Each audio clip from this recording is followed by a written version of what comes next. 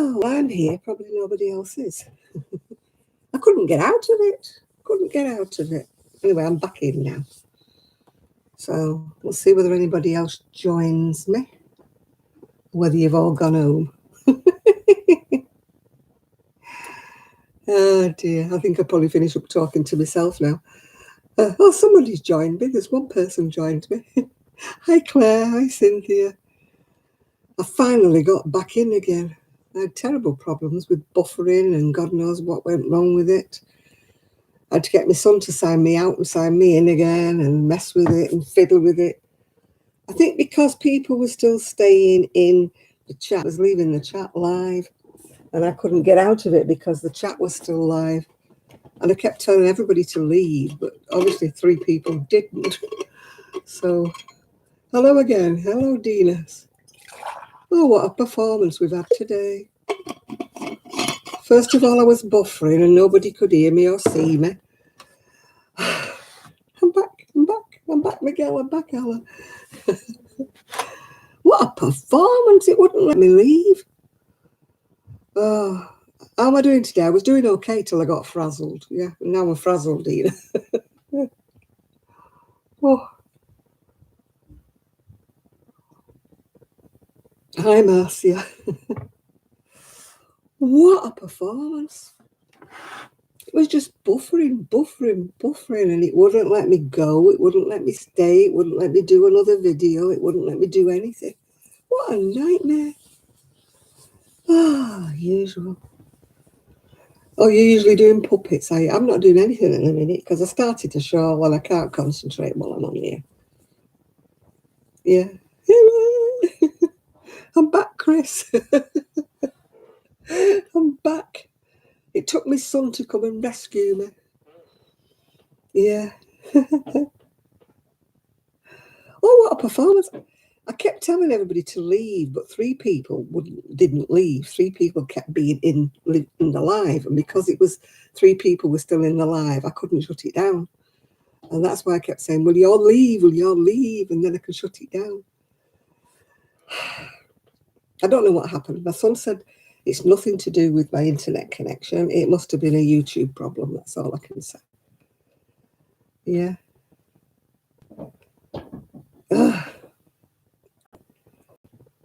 Anyway, I don't know where we were. Where were we when we were so rudely interrupted by YouTube? I thought I was going to go to bed. I was just giving it up. My son came down the stairs. I went, help, can you sort me out? And he went, have you logged out? I have logged out. I've shut down. Have you logged out of YouTube? We couldn't find out how to log out of YouTube.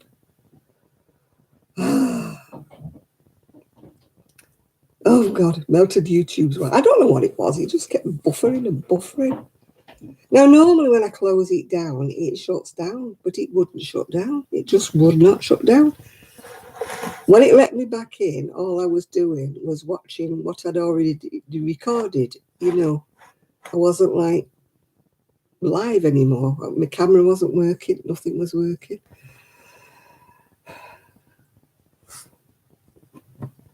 Yeah. You had a little dinner break, did you? Okay. Oh, dear. Now I've got indigestion through drinking my coffee a bit fast. My fire went out in all the kerfuffle because I wasn't watching it, but never mind.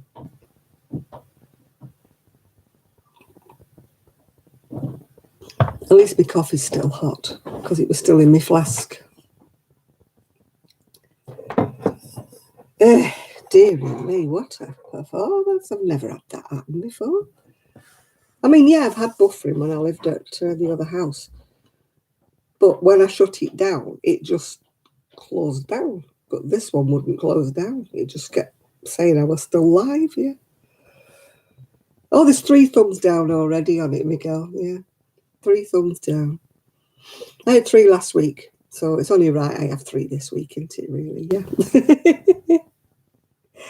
Oh, thank you, Dinas. Thank you. Yeah. Oh.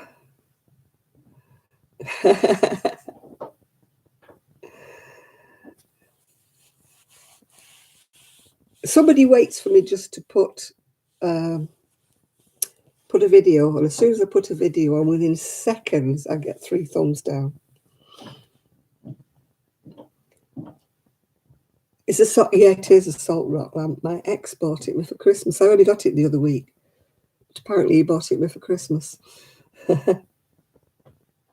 Yeah, I mean, how can you get 3 thumbs down when you just come back on again? Been on 5 minutes, got 3 thumbs down. I told you, Miguel, I got 1 seconds after it went live. Seconds. Somebody must sit there waiting. Thumbs down, she made a video. Thumbs down, she made a video. So what? Mrs. Thumbs Down or Mr. Thumbs Down? Yeah. Do I care? Nope.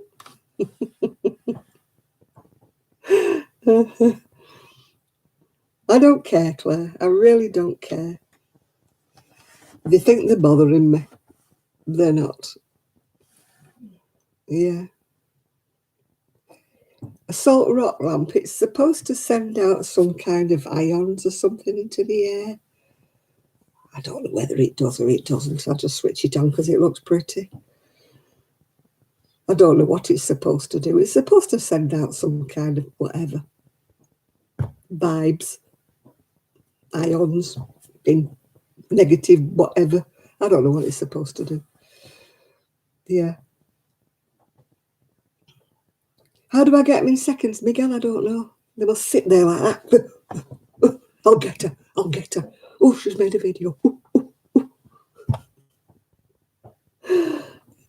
I've got 3 YouTube stalkers. Yeah, we have pink salt here, but I don't take salt in anything much, so I don't really know. Yeah. It is miserable, isn't it? But who cares, Lydia? Do we worry? No. Do they bother us? No. Will it be the end of my world? No. I suppose I should feel privileged that they actually, think enough about me to come on and do a thumbs down. I suppose I should be grateful, really.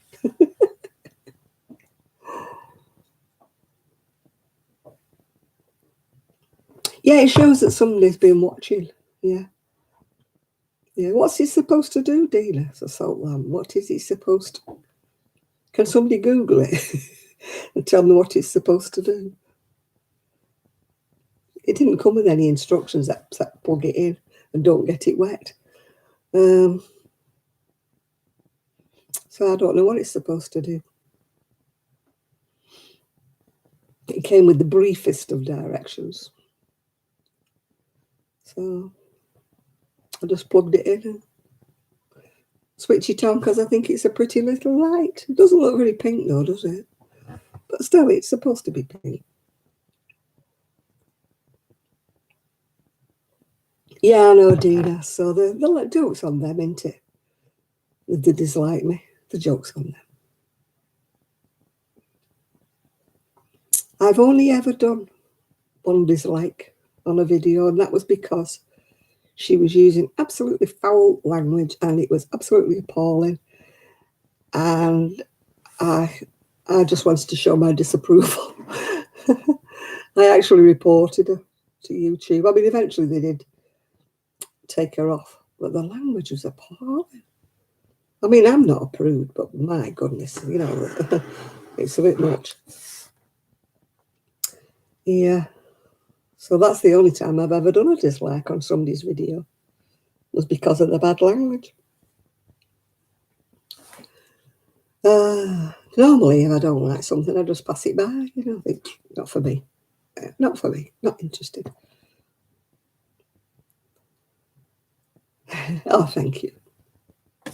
What do they do on stage, don't they, when they're taking the bows? Bow, bow.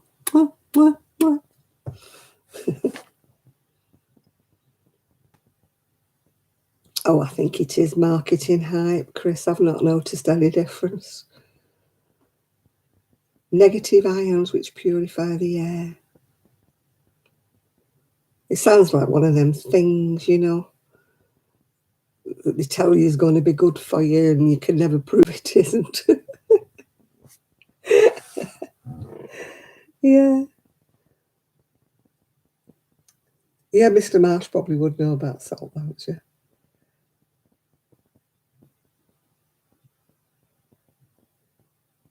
I could always lick the lamp. I've not got to get it wet, so I don't want to lick the lamp. I can't see it working myself, but I just put it on because it looks pretty. I mean, we used to have one of those little machine things I bought for my son when he was asthmatic, and that was like a little thing that was supposed to do negative ions or do something in the air, but it never worked. Yeah. The flower lamp's still in my bedroom. I haven't brought. I've got no plugs actually. For all the fact we had a load of plugs put in, some of the plugs are behind that unit there. So I've got all these plugs at the moment here are being used. So I need to buy one of those, you know, the ones with 2 or 3 plugs on it. Yeah. Hi, Mr. Marsh. We're just talking about salt lamps, whether they do any good or whether they're just a whatever. They're supposed to purify the air. I just put it on because it's pretty. I don't know whether it's doing me any good or not, but I must find one of those, what do you call them, like a multi thing that you plug in, so I can put my flower lamp, because I've not got a spare plug for my flower lamp anywhere. You would think with all the plugs we had put in when the electrician came that we would have spare plugs, wouldn't you? But half of them are hidden behind there. Yeah, a salt lamp. Can you see it in the background, Mr. Marsh? My ex-husband bought me a salt lamp, and we don't know quite whether they're supposed to do anything or whether they're just pretty or whether it's just a load of hype. Yeah.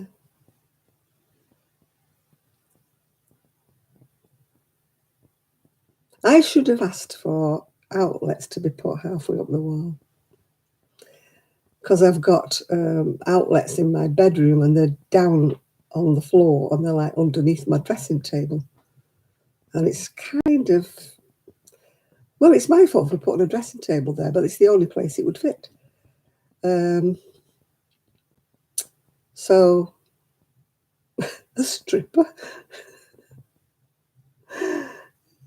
Who's talking about a stripper?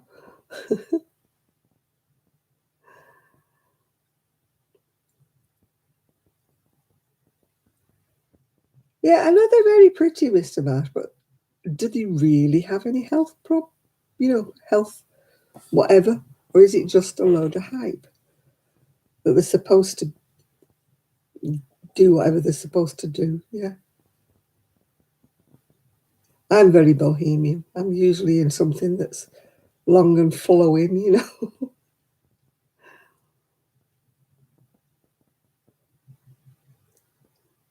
Yeah, you meant a strip, not a stripper. All right, I'll let you off, Miguel.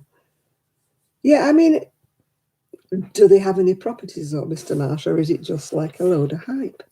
Is it supposed to be good for you? Is it? Or are we just looking at a pretty lamp?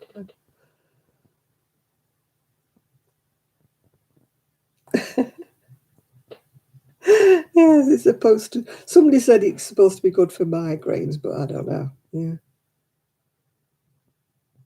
I used to have a lava lamp years ago, back in the 60s, Shad. God, you're reviving memories there.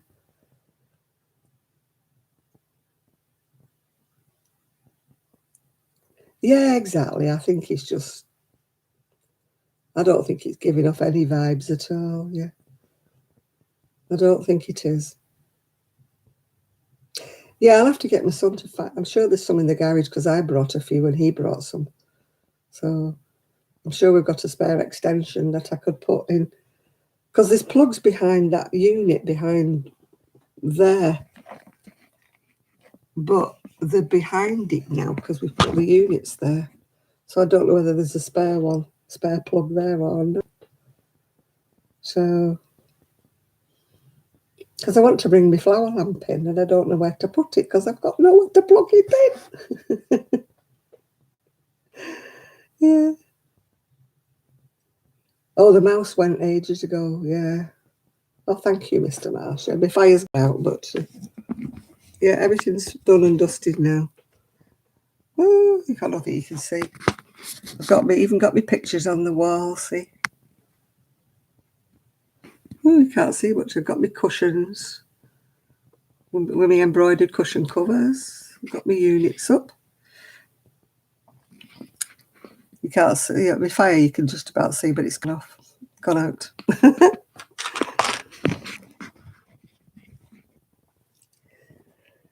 So, no, I've not had my hair cut. It's just it's a bit flattened down today. It needs doing. Look at the state of them roots. That's why I'm keeping my head back so you only see the blonde. It's a horrible light that was here. Oh, you can't see it. It's just shining on it, isn't it? It's horrible. It's what do you call it? LED something. It's like strips and strips and strips. It looks like it's a dam or whatever you want to call it. It's horrible, but I couldn't be bothered. I don't usually use it unless I'm doing my live videos. So I couldn't be bothered taking it out and buying a new light because it would have meant, the ceiling light is intense. Yeah, it is. It's too modern for my line. I don't like modern lights. I like that other light I've got over there. Well, you can't see it. That glow there is actually, ooh, oh, I wish it would show. It's actually three like snowdrops hanging down. Why did I pick the blue? Because I like blue. Yeah. It's actually teal blue. It looks blue, but it's teal. It's showing blue on the camera for some strange reason. It's not blue. It's actually more of a bluey green. I don't know whether you can see. Oh, there you go. That's the colour. It's teal. The sofa's blue, but the rest of it, the wallpaper is actually that colour, teal. It looks very blue, doesn't it, when it's on camera? Apparently, the decorator said that teal and navy blue are the colours for this year. I didn't know that. I told my son I did.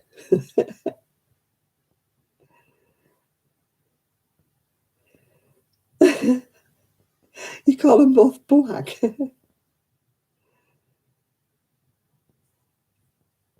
It's more green than blue, Miguel. It might look blue. It is looking very blue on camera, but it isn't blue. It's still looking blue. It's green. I don't know why it looks blue. It's like, why does purple look royal blue on camera? When you're wearing purple, it looks royal blue. No, exactly. It looks blue. To me, looking at it there, I would say it was blue. But yet in proper daylight or whatever, it's green. It's teal green. God, it cost me enough, these blooming curtains. They're velvet and lined. What did I do with the cream chair? I covered it over. With a chenille throw. Now you can see that's more green. Still looks blue, but it's not, it's green. I covered it over with a chenille throw because I couldn't stand the cream chair. It was driving me bonkers. It didn't fit. It didn't match. And yeah, it was a recliner. And so, to replace it would have cost me quite a lot of money.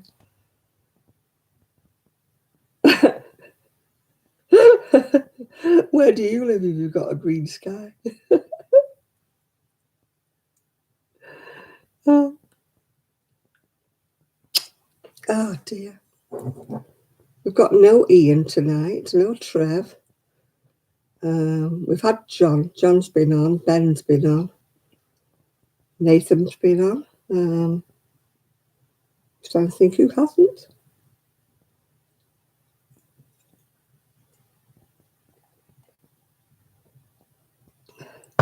Perhaps we lost Nathan. No, Kelly. No, it's Ramadan, so she's still doing her fasting and her cooking and her whatever. I've had my second vaccine last Saturday. I was fine until Wednesday, then I had to spend the day in bed. I went all wobbly and funny. Yeah. A lot of them crochet, and not just my fans, no.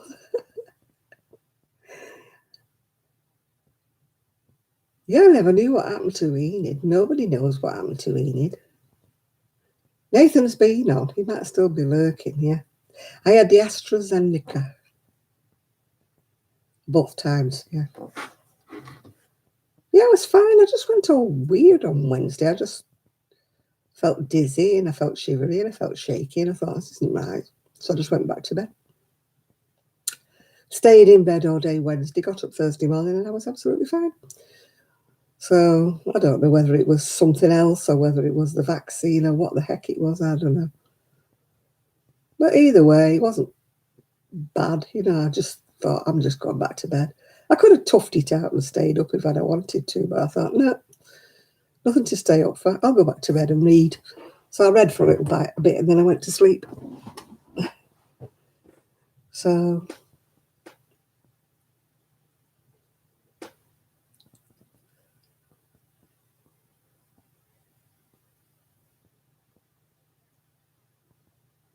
yeah, I was cold, like you say, fever, shivering. I didn't have any sweats because I don't sweat. And I didn't really have a headache.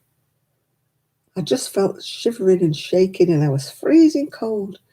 And my son kept saying, it's a warm day, it's not cold at all, Mum. And I kept saying, but I'm cold, I can't stay here, I'm cold. So I went to bed with my dressing gown on and my duvet and my throw, which normally I couldn't have stood all that lot on, yeah. Oh, thank you, Shad. Yeah. Yeah, I want to know what they were filming with Star Wars, you know. I mean, at Cleveland's, they're filming Star Wars, apparently. Yeah, well, I had my fleecy dressing gown on. Yeah, I'm fine now. I was fine on the Thursday. It was just Wednesday. I just felt ill, really ill. But, oh, I've frozen. I've frozen. Oh, no, I'm back again. Somebody's filming Star Wars, some episodes in Cleveland. They've got all the... it's not Disney or anybody like that. It's somebody else said there's a series of Star Wars. I don't know what they are, whether it's on YouTube or whether it's on telly or what. Well, I had the jab on Saturday and I felt okay until the Wednesday. So it'll be like 3 days, will it be? Yeah. Yeah, they've got all the beach cordoned off and, you know, you can't go down. I couldn't get down to Cleveland's by the seafront because it's all... I don't know. Somebody said it's Star Wars, and they're all insisting it's Star Wars that's being filmed there. So I don't know. I don't know. All I know is they boxed off everywhere, so you can't go down. They've changed the round cafe into something different. Well, they're filming the Bay again, aren't they, in Morecambe? I don't know who's going to be the central character because she got killed off, didn't she? The woman who was like the lead. She was killed in the last one, so...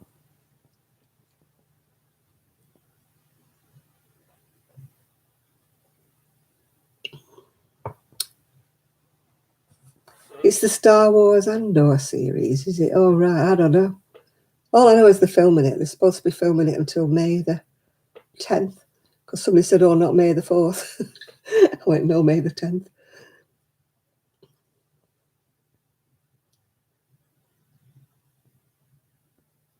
Captain Kirk, oh, that was... oh, That wasn't Star Wars. What was that? Starship Enterprise, wasn't it? And all that jazz. I don't know what that was called. I used to watch it years ago, but then I stopped watching it. That wasn't Star Wars. Star Trek, that's it. Yeah.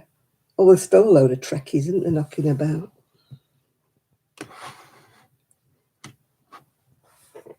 I once had a date with a guy who was an absolute Trekkie. And I thought, this is not going anywhere. So one date was enough. I've never known anybody so obsessed.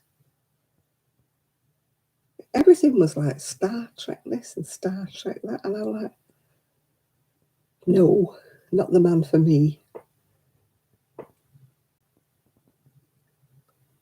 Oh, I don't know who's filming it. There's film crews there and everything. But at the moment, they're just doing the scenery, I suppose, at the minute. That's what they're doing.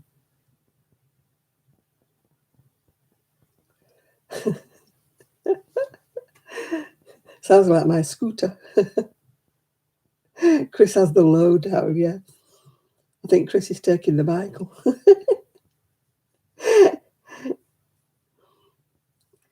I don't know what it is, Chris. Honestly, I don't know. All I know is that it's supposed to, there's a, whatever it is saying it's, oh God, we had to watch Doctor Who. You're lucky, Denise. We had to do that.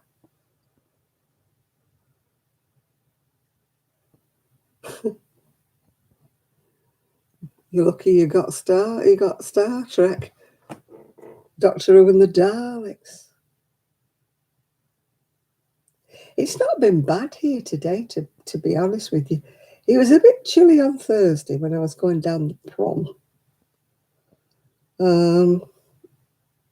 But then when I got about halfway between Fleetwood and myself, the sun came out. And like 1 minute I'm like going down the prom, and then the next minute I could have been sunbathing. It was so hot, yeah. So it's different every day here. Like it was hot this morning and I put my washing out, and then it went dull. It looked like it was going to rain. And then just about 5 o'clock, the sun came back out again. Still didn't really dry the washing, but it's funny here. Sometimes, you think, oh, it's windy, it's sunny, the washing will dry in 2 minutes flat, but it doesn't. I don't know whether it's the wet comes up from the sea or what. Washing always feels a bit damp when it comes in off the line, yeah. Oh, God, I would love 80 degrees. I was talking to a wonderful lady behind me in the COVID queue. She was 85 and she was in a wheelchair. She was being pushed by her son. And she had a coat on. And I was saying it was a lovely sunny day. And her son was saying, yeah, it's beautiful today, isn't it? And then this little voice pipes up saying, it's never too warm for me. You'll never hear me say it's too warm. I've got my coat on. Yeah. And I thought, yeah, she said, 85 degrees, bring it on. She said, it's never too warm for me. I might take my coat off if it's 85 degrees, she said. I thought, oh, bless her. She was a little frail little old lady. Yeah, really sweet. And she's going on. Fleetwood's been ruined by File Council. It used to be a lovely place here. She said, it used to be beautiful. She said, but look at it now. I must admit, there's no trawler business now anymore. There's no, fishing industries. There's no anything here anymore. Oh, quite frequently. My kitchen is like next door here, but I've got to go out and along the hall, and then in the kitchen. So sometimes I wish I had a little hatch, through to the kettle. Yeah. So I could just put the kettle on and make a brew without walking all the way through and round. Where are your keys? I have no idea. You probably put them in the freezer knowing you, Miguel.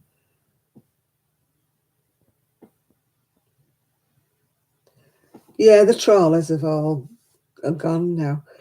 So I was talking to the old lady behind me in the queue, and I was talking to a fisherman in front of me. He was like my age, retired, obviously, but he'd come down from Glasgow, and him and his brother in '64, to be on the trawlers. Yeah.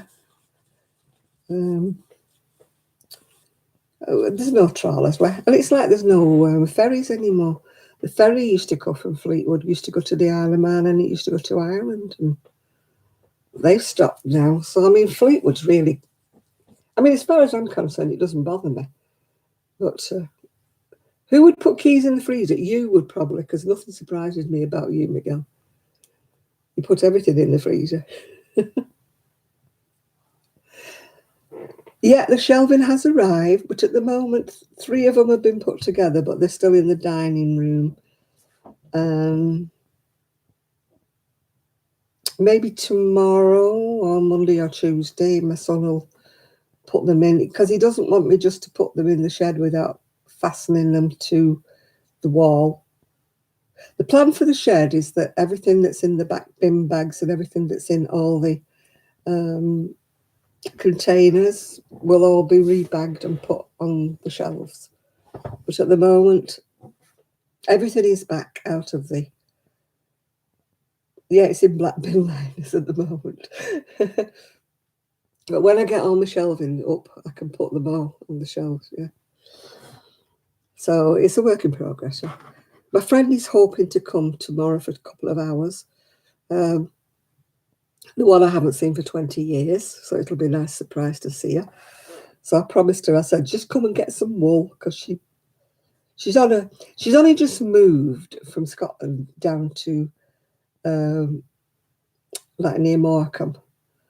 And she's kind of cleaned herself out financially, if you know what I mean. I'm sure she won't mind me saying that. Because you know what it's like when you're moving. And she's on her own, so she's not got a husband or anything to fall back on. So she's kind of cleaned herself out a bit, getting furniture and doing this little place up she's got. So she does knit. So I said to her, come. I said, you can take some wool home with you, take yourself a couple of sweaters with, I won't miss it. And she goes, oh, good. I'd love to come and have a look. I said, you'll be shopping in a wool shop, I've got my own little wool shop in a shed. So she's looking forward to that, yeah. No, it's sort of insulated. It's all, we paid extra for this shed. It's not just a shed. It's all been treated inside, to keep the damp and everything out of it. It will have electricity when the electrician comes back again. He's got to finish off some working. Oh, we're waiting for the electric board. It's a long story, but the electric board are just messing us about. So he's got to do some work in the garage to bring it up to code, if you're with me. So then I can have electricity run. Before we do the garden, we can run a proper, on cable to the shed and like it get covered over with the garden, if you know what I mean. You can get special cables, can't you? So that's what we will have, yeah. Oh, I'm hoping to start my shop up again, but I'm only going to sell all my stuff off cheaper. I don't think I'm going to do it like back to orders or anything like that again anymore. I don't think I've got the incentive anymore. I just don't want to do it. And money isn't as tight anymore. Yeah. Oh my goodness me. It's terrible, isn't it? Yeah. No, well, we've had an electrician, because obviously we had a rewire when we came here, because we didn't have enough plugs, and the wiring was all a bit dodgy anyway. So we had to have a rewire. But when he got to the garage, the main whatever fuse, whatever, it's not right. But he's not allowed to touch it because it's got like seals on it from the electric board that an electrician is not supposed to break without somebody coming from the electric board. And we can't get anybody to come from the electric board. Yeah, it's like the electric meter or whatever. We've got a smart meter fitted. We didn't fit it, they fitted it.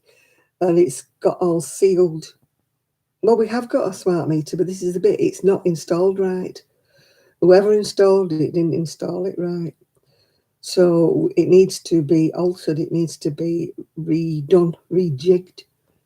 But we can't get the electricity board. We've been trying to get them to come out since December, and we're still waiting. Yeah, I mean, it's nobody's fault. It's obviously been fitted in the first place by somebody who fitted a smart meter. Well, the thing with us was we changed electric suppliers. It was British Gas that was supplying the electric here to this house, and we changed it all. And now these new people won't come out. And our electrician's like stuck for bobbins, if you know what I mean. He can't do any more because he's not allowed to break the seal. But I mean, he should give them an ultimatum and say, look, mate, either I break the seal, and I'm telling you I'm going to break the seal, or you come out to it, But he doesn't want to get in trouble, yeah. Stuck for bobbins, yeah. That's because I come from a mill background.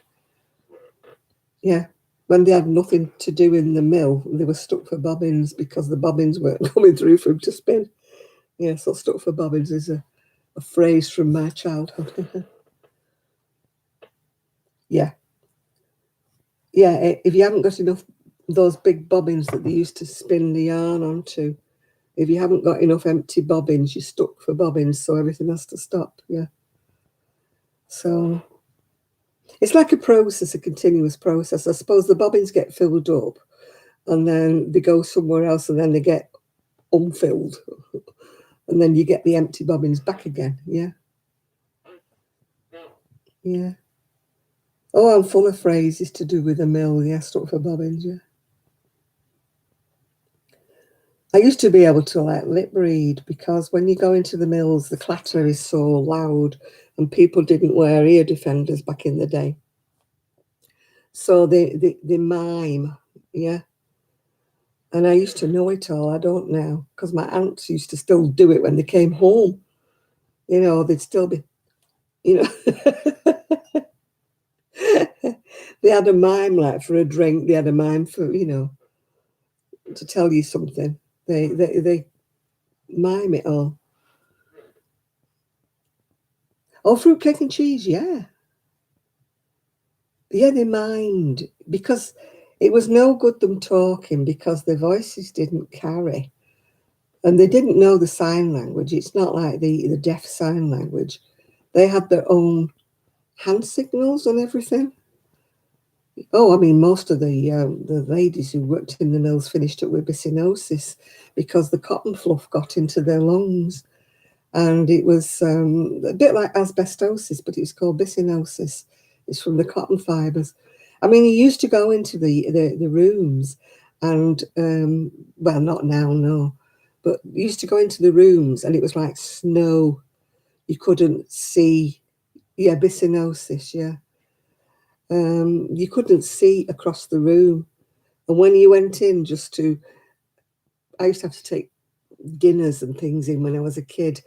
And I used to come out with, like it'd been snowing in my hair and all my clothes were full of cotton dust. Yeah, I've been in the mill several times, yeah. I used to take the dinners in for my aunties. And you walk in between the machinery and it's coming out like that at you. And you have to walk down the middle.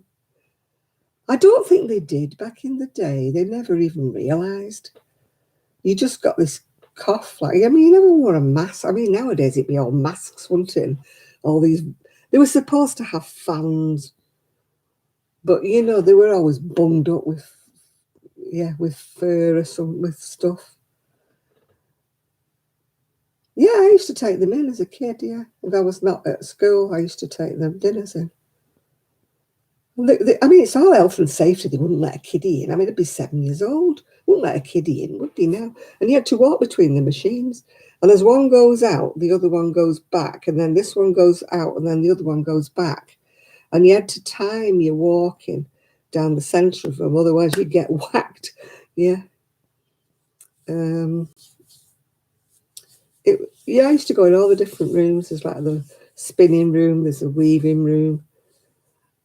No, I never got whacked. No, I was quite wise. Yeah. Yeah, and you've got to doff. Doff means when you take the bobbin that's full, you take it off, you doff it, yeah. Um, and it's you tie up your loom. Yeah, you got to tie knots and stuff. What happened to them? India and imports came cheaper than what the Lancashire cottons could ever produce, so they just closed down bit by bit. Yeah, one by one they closed down. Yeah, Lancashire cotton was. I mean, we used to have cotton queens, like you have rose queens or May queens. We used to have cotton queens. Yeah, yeah. Well, in Sheffield Steel, my cousin married David Brahmer, who was his family owned a big steel mill that used to make, um, you know, teapots, tea kettles, anything that was made out of steel, knives, forks, spoons, anything. I mean, he's passed away now. But my cousin Sheila married into Brahma Steel, it was called, yeah.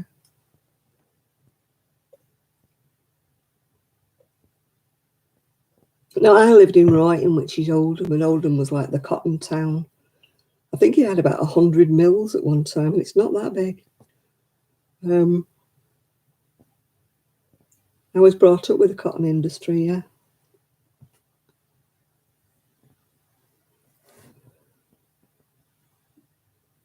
Oh gosh, yeah.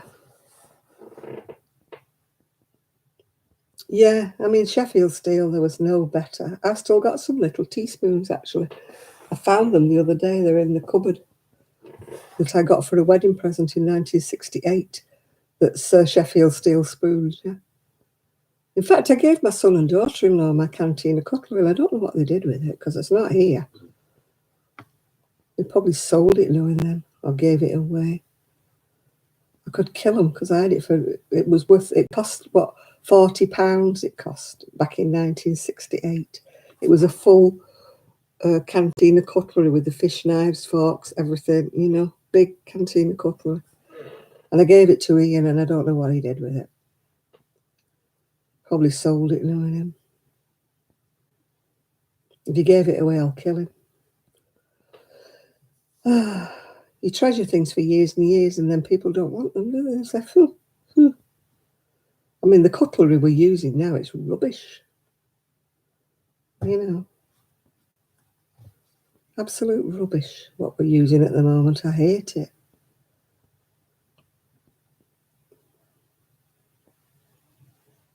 Yeah. No, I was brought up with cotton mills, brought up going in them as a kid. Never worked in one. My brother did, but only as a Saturday, well, not a Saturday job, a summer job. When he was at university, he worked in the mills. Yeah, mine's, in fact, the family are after me to sell my tea set. I've got a full set of Denby green wheat pottery that I collected in 1968 when I got married, and I wouldn't even know where to start selling it because the dinner plates alone cost £10 each on eBay, and I don't want to have to sell it on eBay piecemeal because then I'd have to have the worry of packing it all up and making sure it didn't get broken when I was transporting it to whoever was buying it from me. So I really don't know what to do with it. Oh, this cutlery we've got is bloody heavy. It's horrible. Really heavy stuff. And it doesn't look shiny to me. It looks grey. I much would prefer to have used my own canteen of cutlery that I had before, but I don't know what happened to it.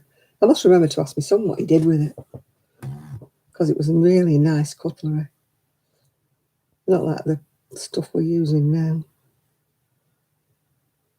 Yeah. Still. So I don't know what to do with my Denby. Yeah. I might put it in my unit here, have it on display. Because I don't feel like selling it for peanuts. Denby green wheat, yeah. Got the full set.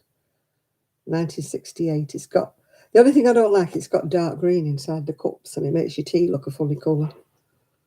Yeah.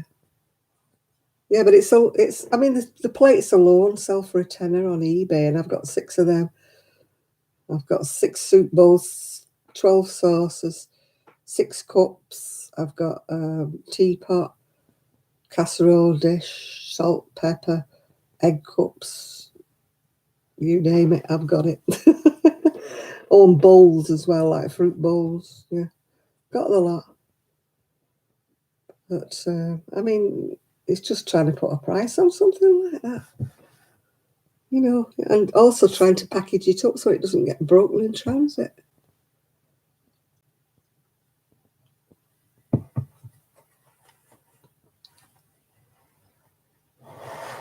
Yeah, yeah, it's really thick pottery, that Denby.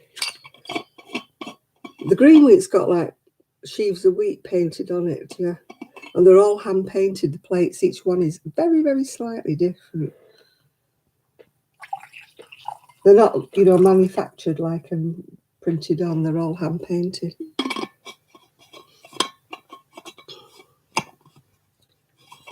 So you can tell some have got an extra little curly bit on it, some don't, yeah.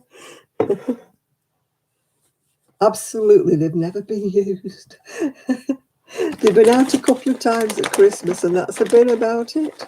They're all absolutely brand new.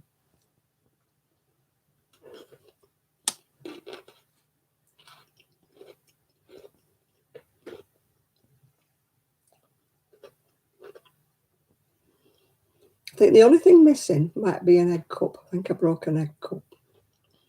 I think I've only got 3 instead of 4.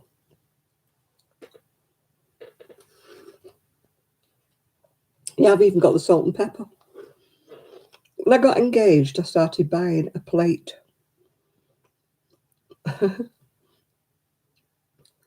Every time I got paid, I would go and buy a plate, or I'd go and buy whatever. I might put it on display, actually, Jane, in this glass cabinet.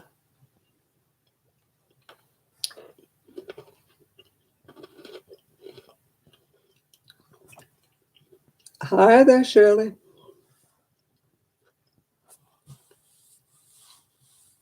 It probably is, Claire, but I mean, who wants to pay these days? Irene said get it valued maybe at an antique place that sells crockery. But I don't know any that, you know, that do. So, 1979, mine's 1968. Well, 67, 68, because I started buying it when I was engaged, yeah. Yeah, yeah, it's been in a cupboard. Been in the cupboard ever since, for years, ever since I got married, really. It's been in a cupboard. It's never really been used. Occasionally at Christmas, I would drag it out, you know, the dinner plates. How did I collect it? Piece by piece. And then I also had it for wedding presents. I used to say to people, just buy me a plate or buy me 2 plates, you know, because it's expensive. So I got like bits bought me, you know, as wedding presents. I got a teapot bought me by somebody. Oh, I have the sugar bowl and the milk jug, yeah, as well. Yeah, I've got it. I collected it all in bits and pieces.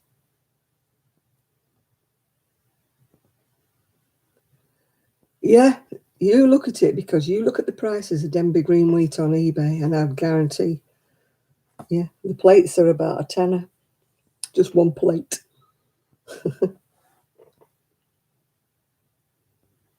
Yeah, because it's not been made since 1970, I think they stopped making it. So, you know, it hasn't been, anything you see is obviously an antique because it's not been made. They stop doing it. They went on to a different pattern.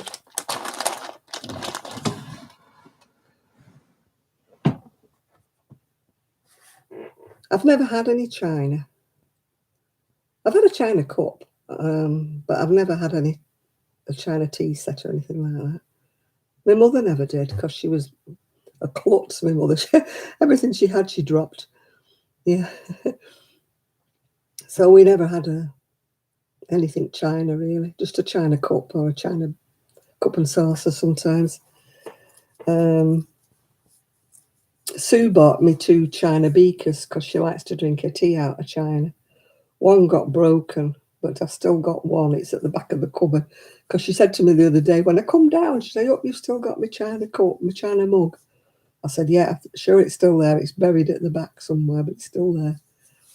Because she always says nothing tastes nicer than tea out of china. I don't drink tea, so I don't know.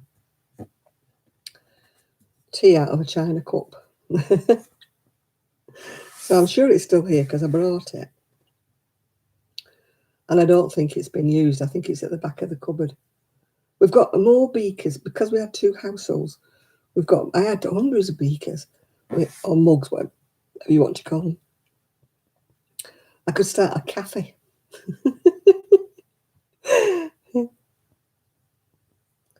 Yeah, I gave away all my Brahma steel, the teapots and everything. I gave them all away. They were 1968 as well. And I had serving dishes as well, and I didn't keep any of them. I had to just get rid of most things, when I moved. Somebody in an antique shop, antique second-hand shop, somebody in a charity shop had ever had a field day with all the stuff I got rid of, yeah. I had mugs, that were given as commemorative mugs. Various ones that I'd inherited from my mum and everything.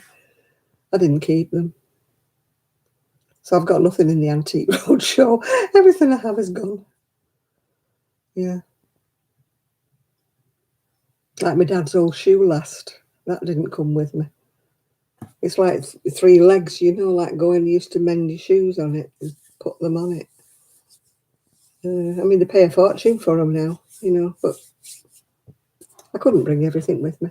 I just couldn't. I had to leave a lot of stuff behind me.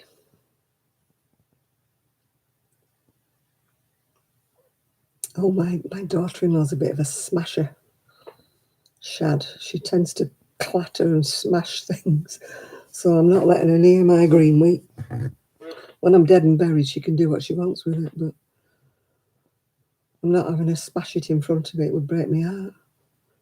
Hi, Evie. How are you doing? I was giggling at your Instagram when you came on there. Evie made an Instagram little video. She had a fit of the giggles.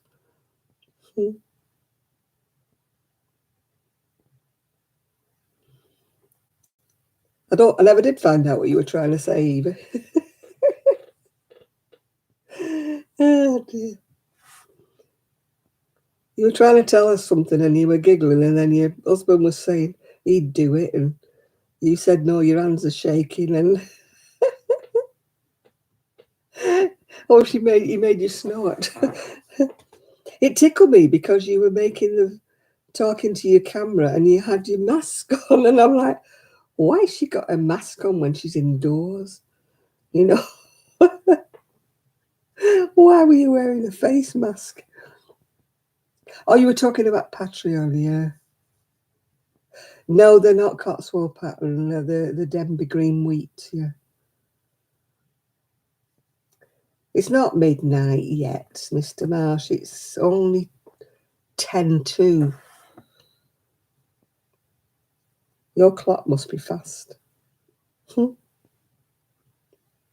I noticed Shad's not said anything about my non-tick clock, has he? Because there's no clock ticking. If he could hear a clock ticking, it's in his head now, because there's no clock ticking. The ticking clock's in my bedroom now. Tick, tick, tick, tick, tick, tick.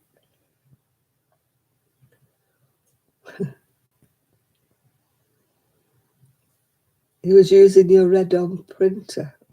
Oh, is that why you were wearing the mask? I did wonder why you were wearing it in the house. I thought she's talking away and we can't see her mouth because you were talking away there. Just the mask was covering your face. You can hear ticking while you're hearing it in your head, Jane, because there's no ticking in this house. The only ticking is in my bedroom, and it's way down the hall. The clock here, I can assure you, does not tick. It's a non-tick clock. There it is over there. There.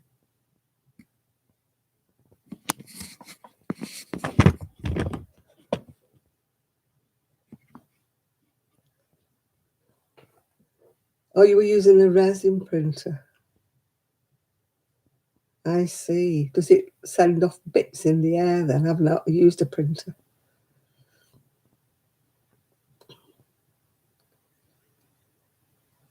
I'm not that clever. I haven't even got my printer set up. My son's supposed to be putting me a shelf up somewhere. Don't know where, because I've got nowhere else to put a printer. So that I can put, get my printer working again. I don't know if he'll put it above there, but there's not much room above there because I've got Buster. You can see a photograph of Buster up there, and on this wall here I've got. You can't see for the light, can you? I've got that like knitting thing that a friend made me. I suppose I could move that and put the printer on that wall, but I don't want to move Buster. If I have to move Buster, I can't get Buster. Do you know I cannot work this camera? There. Oh, there he is. My picture of Buster. So he's gone up there. So I might have to move him because I don't know where my printer's going to go. You would think in a room this size I would have had room for a printer.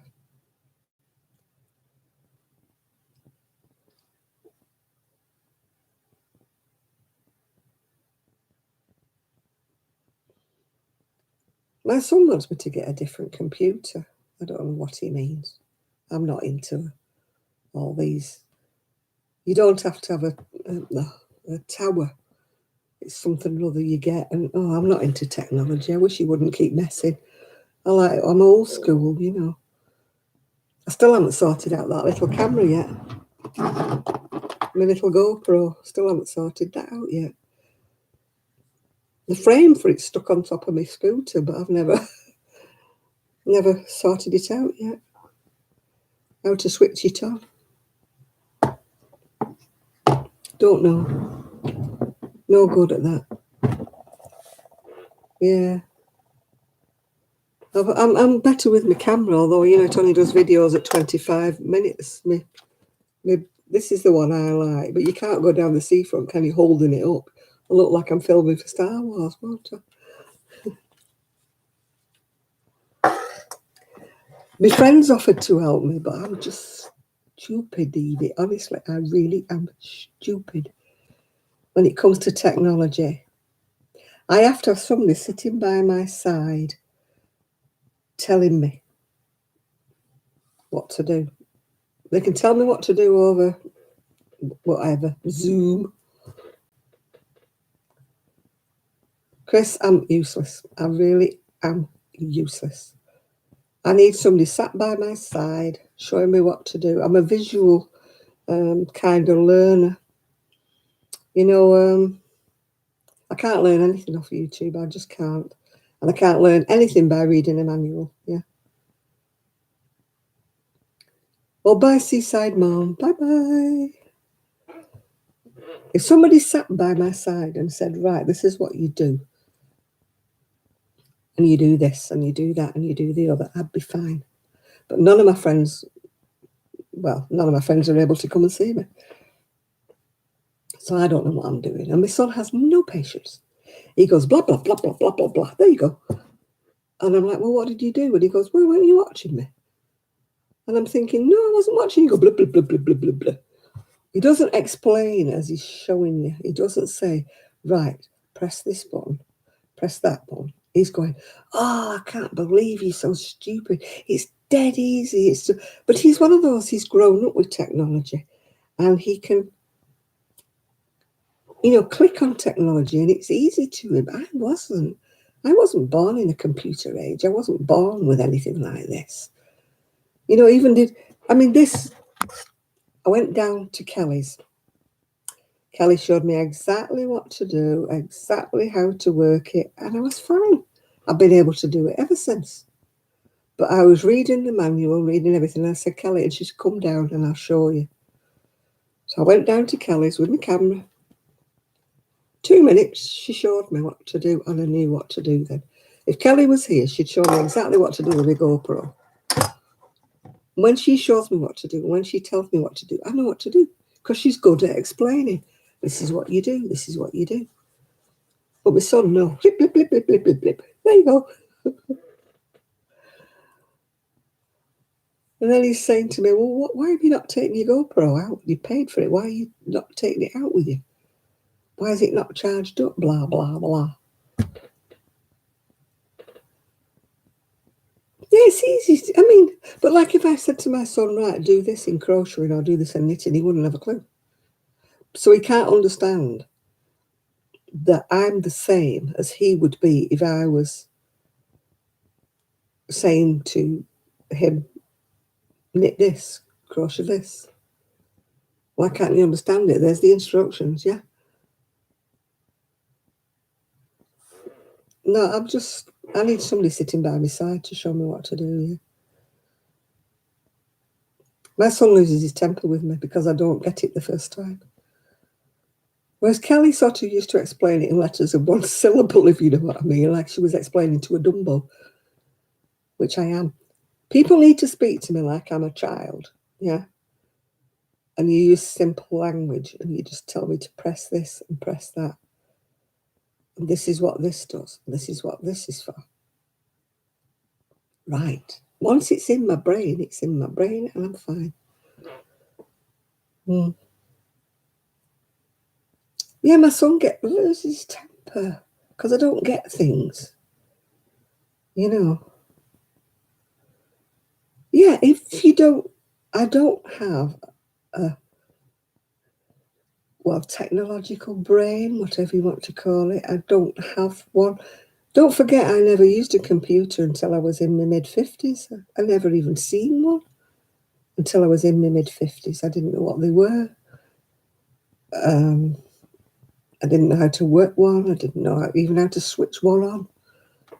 So I've come a long way since then. I mean, I do YouTube videos. I do all sorts of things, which a lot of people say, oh, I couldn't do that. I couldn't do that. I do FaceTime. I do Zoom. But when it comes to anything new, that's where I come unstuck. That's where I need tuition, whatever you want to call it, yeah. It's like editing videos. I don't know how to edit a video. I don't know how to link two videos together. I haven't got a clue. Zoe has tried to tell me. But Zoe knows what she's talking about and she's fantastic. But I don't follow her way of thinking. I know it sounds a bit daft. She's very good at what she does, Zoe, and she's very good at picking things up and she's very clever at anything to do with technology. But somehow or another, when she's talking to me, I kind of don't take it in. It's like over my head and past. Whereas when Kelly used to explain it, it used to go in.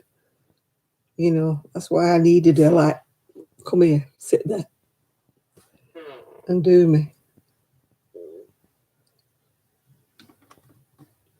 Oh, I mean, some people say the most stupid things on Facebook. I'm reading this pattern and I don't understand what this is. And it's something dead simple, like treble two together. And you're like, you don't know what it means. And they honestly don't know what it means, yeah. You know, there's another lady saying, I don't know what all these things are that people keep saying, like frog and stuff. What do they mean? Yeah. And you're thinking, God, we all know that. But when you think, if she's a beginner or a learner, probably she doesn't know that. I mean, it took me ages when I was on Ravelry, and I used to go into the conversations to realise what DH meant and OH, that it meant the other half or something, or your husband or something. There's all these abbreviations in there, like for your family, you know. And I didn't know what they all meant. I kept thinking, what are they talking about? What are they talking about? Instead of writing my sister, my other half, my brother, my fat husband, you know, they'd write all these little abbreviations, and I'm reading these letters thinking, what the hell are they talking about? Oh, yeah, the ones who said, can you count me rows for me? I'm like, that's what a pen and a bit of paper's full of. If you can't count your rows, write them down. You know, asking other people to count your rows for you. Yeah. If in doubt, write it down. I've bought all kinds of fancy row counters and Lord knows what else, and I still finish up with a bit of paper. Row counters, I can never remember if I've turned it round or not. And then because I knit with my needle underneath my armpit, I turn the row counter round simply by sticking it under my arm. You know, if it's a bit loose, it rolls round on its own. So you can't beat a pencil and a bit of paper. Especially if you're doing like an Aran where one of your patterns is 8 rows, one pattern's 12 rows, another pattern's 10 rows. So you've got to keep account of all of those. So you have to write them along in a line so you know which row you're on.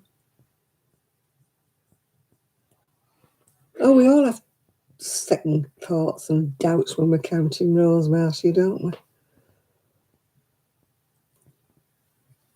Yeah, I can't remember. Oh, you're back again, Miguel. I can't remember if I've turned me. I even had a clicker, you know, that doormen use at one time, that sits on the... They used to click it when people came in the nightclub to see whether they'd got enough people in. You know, there's like insurance things. And doormen used to have a clicker when people came in. I even had one of those at one time.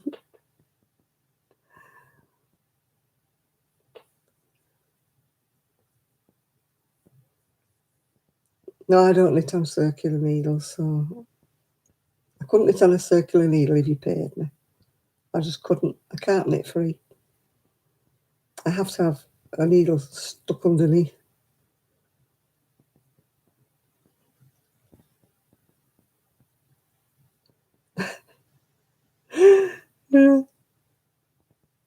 Yeah, stitch markers are okay, aren't they? But they get in the way when you're knitting. That's the only problem.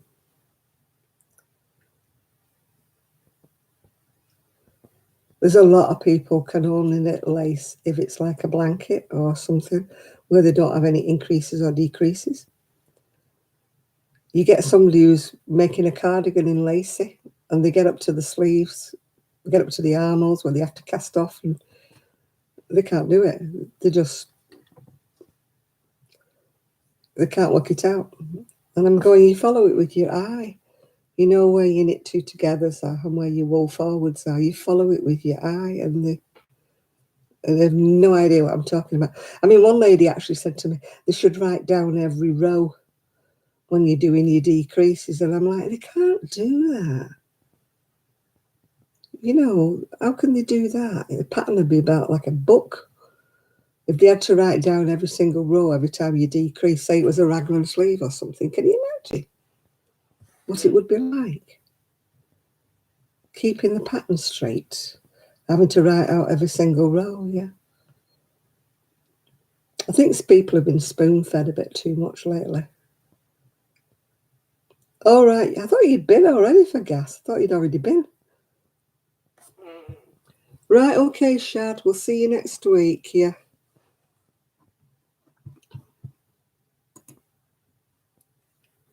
I haven't done a lot of lace knitting recently. I don't know whether I've got the brain for it anymore, Kaz. Yeah. I don't like too many instructions, Chris. I really don't.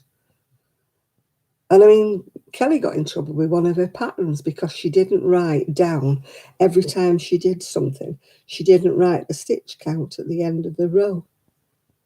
And I'm like, God, do you want me to sit there and wipe your bum for you? It's just, some people say they can knit, say they can crochet, but they can't. If you can't read a pattern and you can't follow a pattern, then you can't knit or you can't crochet. If you can only knit and crochet by watching a YouTube, then you can't knit or you can't crochet. So don't say you can, because you can't. You can follow, you can mimic, but you can't do it, because you can't do it on your own. Unless somebody's telling you every single row and showing you with a picture, and you can't do it. Sorry, but you don't know how to crochet or you don't know how to knit. That's my opinion anyway. But if you can't do it on your own, to me they're just being lazy because they won't learn how to read a pattern. I had to learn to read a pattern from being a kiddie. There was no YouTube. There was none of that business. Patterns came cast on. Knit 14 rows, knit 1 purl, 1 rib. Change to stocking stitch, knit 4 inches. That was my patterns in my youth. It wasn't knit the first row, purl the second row. No, just said knit 14 rows or something in stocking stitch, and you knew what you were doing. Or knit 14 rows of garter stitch, you knew what you were doing. Then it would say keeping the pattern correct, just decrease at each end for the raglan until you get 14 stitches left. Fine, let's do that, yeah. Not, every row telling you where you're up to. No. If you can't do that, then you can't do it. And that's the end of it. Don't bother, just knit stocking stitch and I'm done. Don't even try. Yeah. Yeah, I was knitting baby things when I was young, when I was your age. I was knitting booties at school. Anybody who was having a baby got a pair of booties I was knitting when I was at school. I didn't get into knitting on 4 needles like socks and that until I was a bit older than that. But I used to knit, everything was done on 2 needles back in the day and stitched together. There was nothing done in circular needle. There were no circular. I told you before, circular needles didn't exist.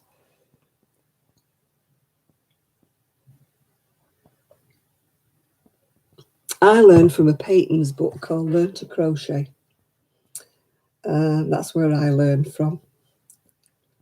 There was no YouTube back in the day. Nobody actually sat by the side of me. Oh, I knitted sweaters when I was at school, yeah.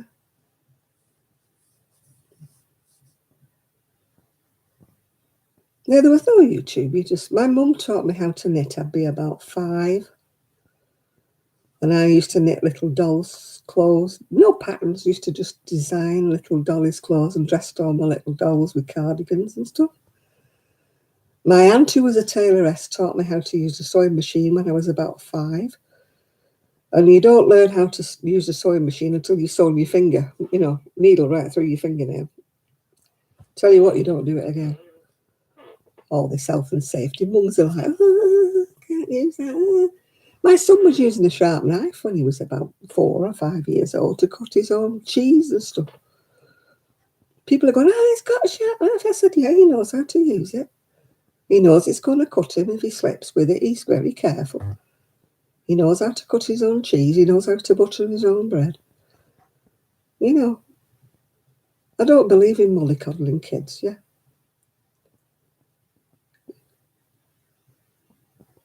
Yeah, exactly.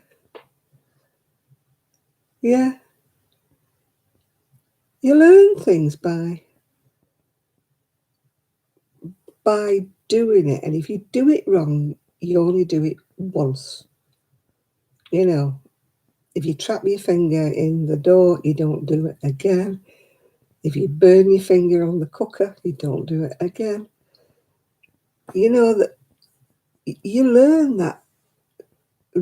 I mean, we did have a fire guard, but that was mostly to stop the fire spitting, because we used to have that Coke when I was young and it used to spit. Yeah. No, my mother never hid a knife from me. Never hid one. We just got taught to use them. Yeah, I got taught how to make a cup of tea.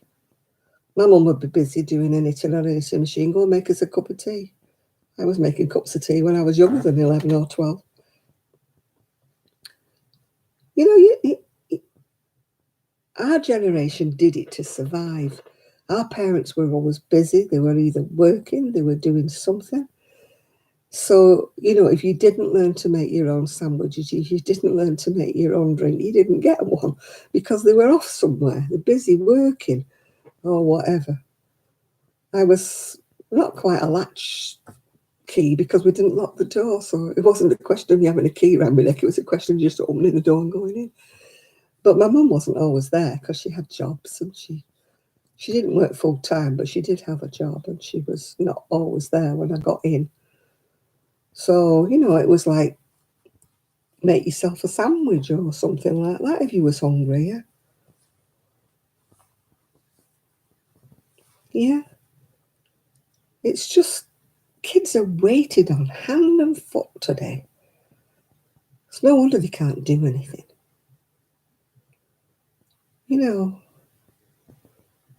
I mean, yeah, my son spilled quite a lot of drinks when he was making cordial. We used to have cordial all over the place, but he did learn eventually that you had to steady it when you just couldn't just pour like that. They learn by the mistakes, don't they?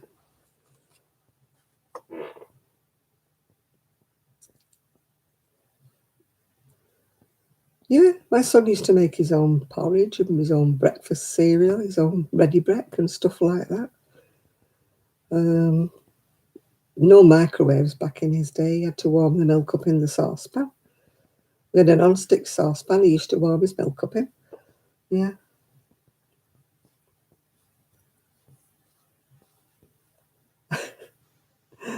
My dad would sit with me when I was having driving lessons from somewhere else, but he didn't want to be the one who taught me how to drive first of all. Yeah, he taught my son to drive. My son was driving a car on the sands at the seaside when he was about 6. My dad let him drive. Would you believe? He said, well, I can't hit anything. He's just on the sands. He bought him his first motorbike when he was about, I don't know, 7, 8, something like that. Yeah. Only a little kid's bike. Yeah.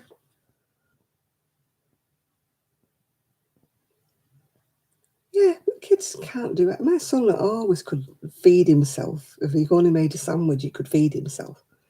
He knew how to make toast. He knew how to do beans, like you say, egg, cheese. I'm not saying he could do a...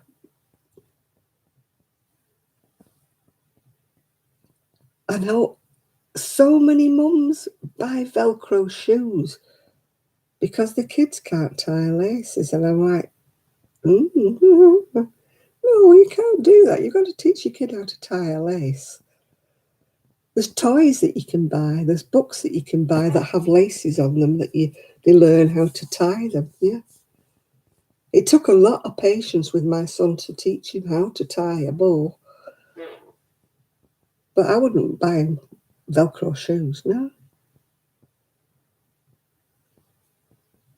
Oh, Kaz, I think I'll send you this bit of crochet and I can't unravel it. It's stuck together like a flipping glue. I even took it with me to knit club and I couldn't undo it. Yeah. Where's it gone?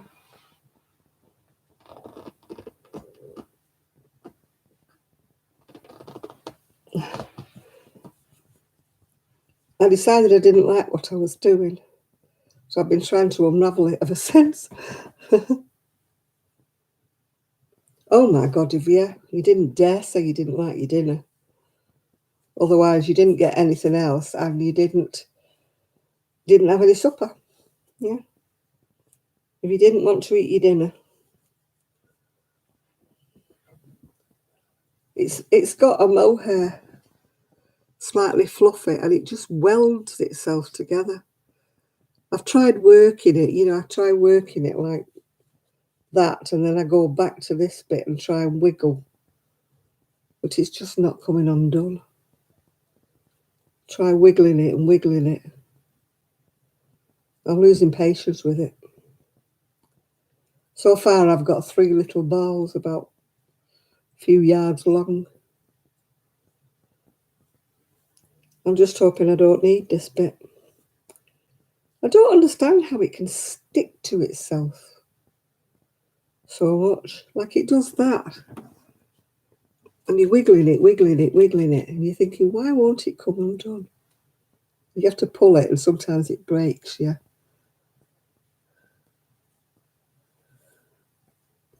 Oh, there was no Velcro or anything. You had to learn to tie. You had to learn to do buttons because there wasn't many things with zips on back in my day. I had to teach my son how to slot a zip in,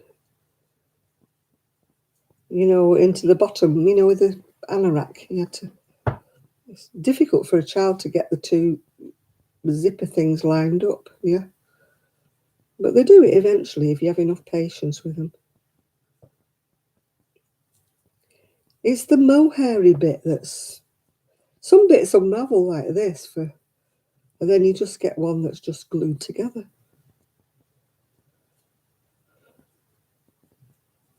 Yeah, I do hope my friend comes tomorrow. Be nice to see her again after all this time.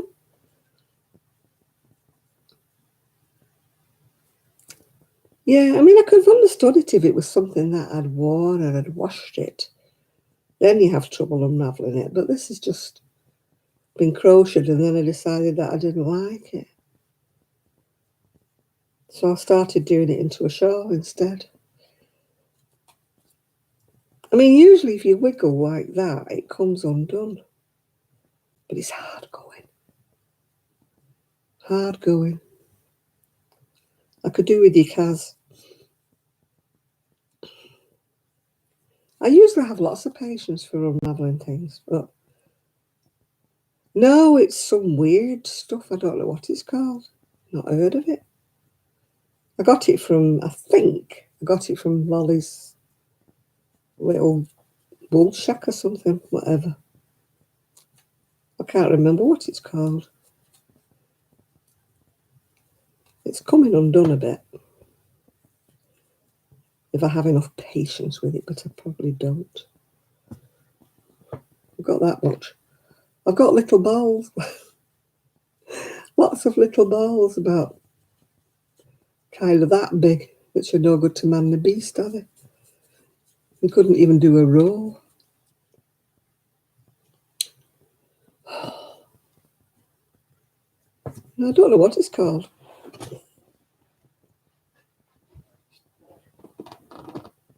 Oh, it's not got its tag on it. It's lost its label. Here it is. That's what it's called. Mako or Mako. Mohair Special Romantic Jacquard. I don't know where it's made or what it is. I'm sure I got it off Lolly's.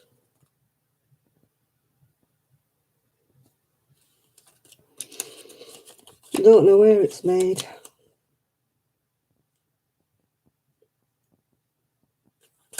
It looks like it's Russian. Russian. I had a magnifying glass in here.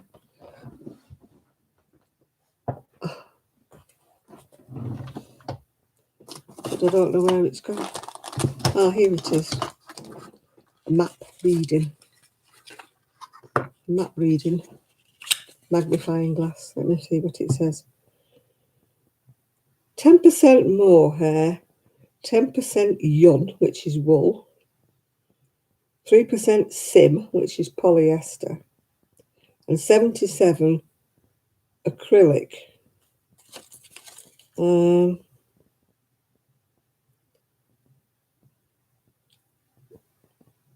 Turkish. Wouldn't you just know? Made in Turkey. Oh, I think I got it from Lolly's. I'm not sure. Lolly's Real Wool Shack. It's very pretty. It's just a bee to unravel.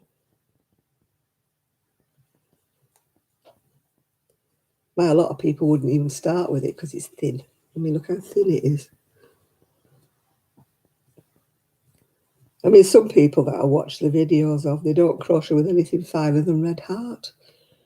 You know, you give them anything thinner and they double it up. And I'm like, what's the point? Yeah.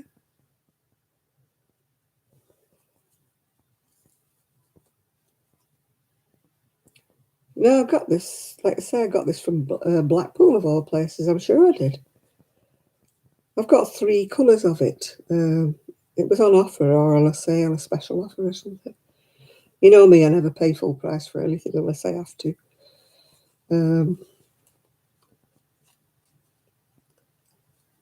I will be able at some point to be able to go to Lolly's and look in her shop, but I daren't because I've got so much stuff. I'll be here till I'm 90 crocheting what I've got. I've only used Red Heart because I used to be able to get it from, I don't know whether it was Deramores or Wool Warehouse.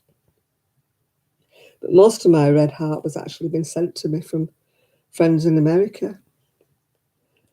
I've got a whole section which I call my American wool. And I used to keep it in a specialised section in my stash room. Didn't mix it in with all the other. And I would never crochet it to use to sell because it was always gifted to me.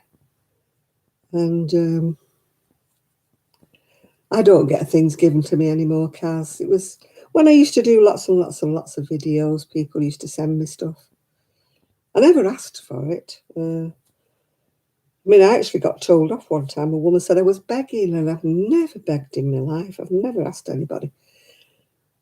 The only time I've ever asked anybody to send me something was something I couldn't get, and I offered to PayPal them the money. I didn't want it for nothing, you know. But I have had some generous friends in the past. Nothing recently, but I'm not bothered. I don't need anybody to send me anything. I don't ask for anything. You know, I'm not one of these who say beg, beg, beg like some people are. I've got enough. I've got enough wool. I don't need any more. Doesn't mean to say I wouldn't like any more, but there's a big difference, isn't there? Whether you want to like it or whether you need it. And I certainly don't need it. And I also get upset with people who say, oh, well, send it to me. I make things for charity. Send it to me. And I'm like, yeah, okay, you're going to pay the postage. You know, when I had a lot and I was like moving, people in America were all gimme, gimme, gimme. And I'm like, yeah, fine. If I was to donate it to you, you're going to give me 20 quid for the postage. And then they go quiet and they say, well, I give everything away. I say, yeah, well, you know, I'm sorry, but if I'm going to give things away, I'll give it in the UK where I don't have to pay postage. You know, it's all very well saying gimme, gimme, isn't it? Yeah, this is the problem, Chris. This is the problem. You not only have to pay enormous amounts of postage, but then people have to pay a VAT at this end. I mean, I had a lovely box sent to me by a friend, and I won't mention the name because they sometimes do come on here. And I finished up having to pay £70 import for it. I mean, it was lovely of them to send, and it was lovely of them to think about me, but how can I put it? It wasn't yarn I would have spent £70 on.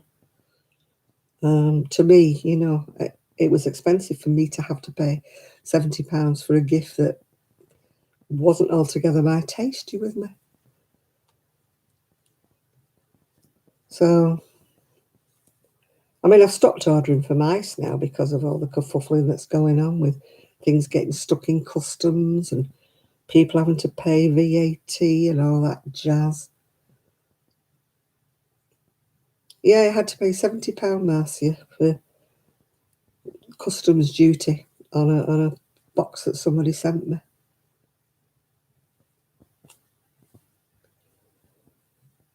Yeah, we have to pay import duty on certain things, yeah.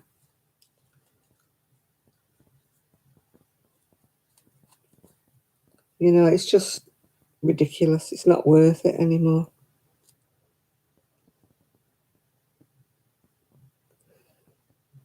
Yeah, you just get a little letter saying we have a parcel for you. You owe 70 something pound to the customs before we can release the box to you. And you're like, it's a gift. I don't even know what's in the box. I don't even know if it's worth £72. Do I really want to part with my money? And then you don't like saying to the person who sent it to you, very nice of you to send me a gift, but do you realise I've had to pay £72 to collect it? I'm sure they don't realise. They think they're sending me a lovely, wonderful gift, which they are. Oh gosh, COD, can you imagine that these days? Never worked, would it? Yeah.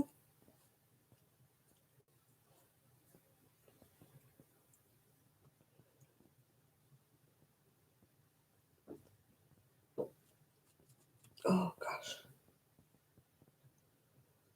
I haven't even done it. I've done 2 rows, I think. It's just all jammed up together.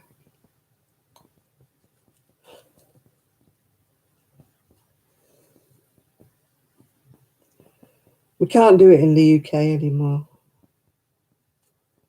We can't do COD anymore. You have to pay up front for everything.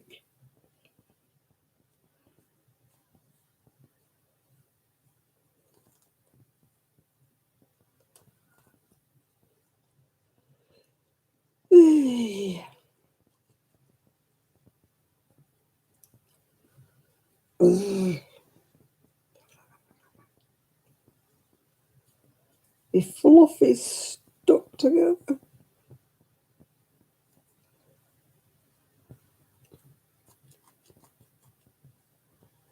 Yeah, I have to laugh at, when Zoe goes to America, she takes very few clothes and comes back with a big suitcase full of wool. I said to her, just take cheap T-shirts and ditch them. Just leave them. Just come back with a suitcase full of wool. Man, if you got stopped at the customs, they could say, what have you got in your case and make you open it, couldn't they?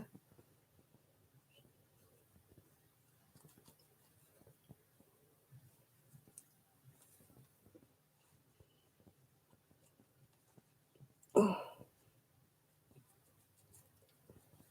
why is there carry-on crochet in it? Yeah, just wind it round your body, Chris, and come through customs and people think you put a bit of weight on.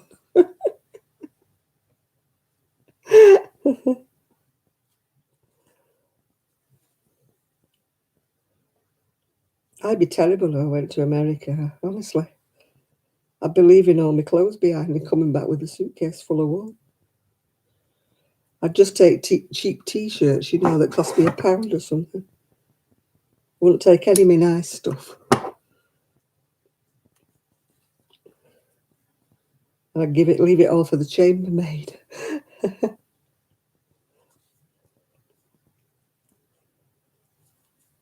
Well, I did that when I went to Turkey.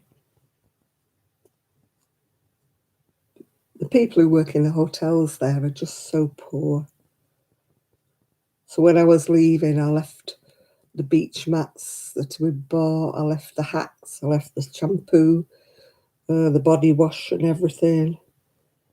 And the chambermaid, when she came in, she goes, you leave all? I said, I've left it for you. You take it, look, put it in your bag. oh, thank you, thank you. They don't have money to buy things like that. Even toothpaste, I left her, nearly a full tube of toothpaste. She was so bloody thrilled. You think, how pathetic is it when somebody's thrilled because you've left them a tube of toothpaste,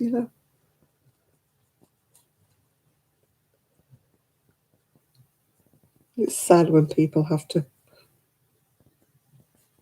I mean, one of the maids was crocheting in her break, and she was crocheting this fantastic tablecloth in really, really fine cotton. And I said, how much are you selling it for? Because it was beautiful. And she goes, I can't sell it. I said, why? She said, they deliver the cotton to me. And then when I finished it, they come and pick it up. And I said, how much did they pay for you for making it? And it was something ridiculous, like £10. And she was thrilled to bits, with his £10. And the work that she put into that, I thought, God, I couldn't believe. I said to the manager, that worked at the hotel, I said, it's slave labour. He said, I know, but they're just so damn grateful to get some extra work that they do it. And it's like my dad, he went from Canada into America. And what he'd forgotten was he had an orange in a bag. And they hauled him up at customs like he was a criminal. And they're going, you can't bring food stuff into America. And he's like, it's an orange, They practically frog marched him off, all because he had this forgotten orange in his bag. You'd have thought he was smuggling trayfuls of food across the border. Yeah, he practically got arrested over an orange.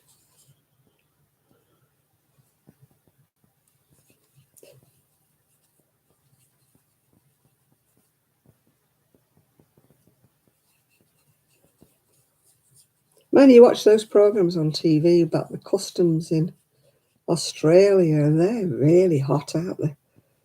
They don't let anything that's remotely foodstuff in the country. It's always these like Chinese people who are coming in, Vietnamese people, bringing in dried fish and all sorts of stuff.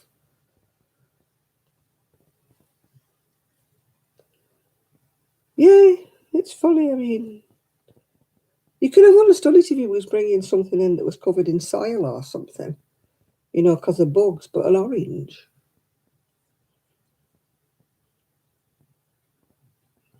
My dad didn't even know he had it in his bag. He'd forgotten all about it. And he was like hauled off by the scruff of his neck nearly,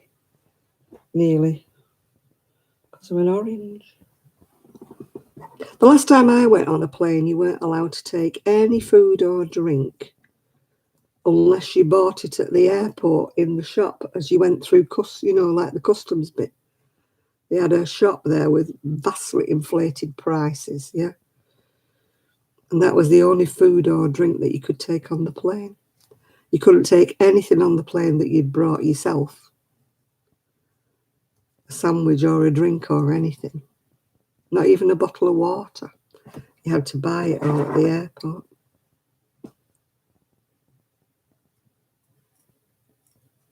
Because if you buy it on the plane, honestly, goodness me.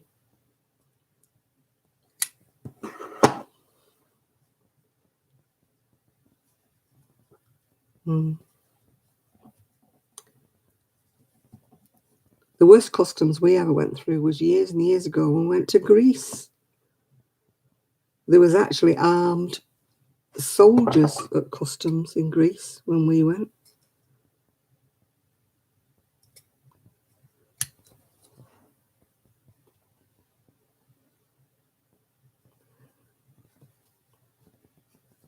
Yeah, they were there with the big rifles and stuff at the Greek airport, at the customs. There was one woman there, I don't know what she got in her bag, but they were throwing stuff out of her bag all over the place. She was arguing with him and throwing stuff back again. Don't know what she'd brought in her bag, but obviously something she shouldn't have had. And she's yelling at them and they're yelling at her. Because it was all in Greek, so we'd no idea what they were talking about. I said, Lord and Sam, what's she got in a suitcase? Cocaine?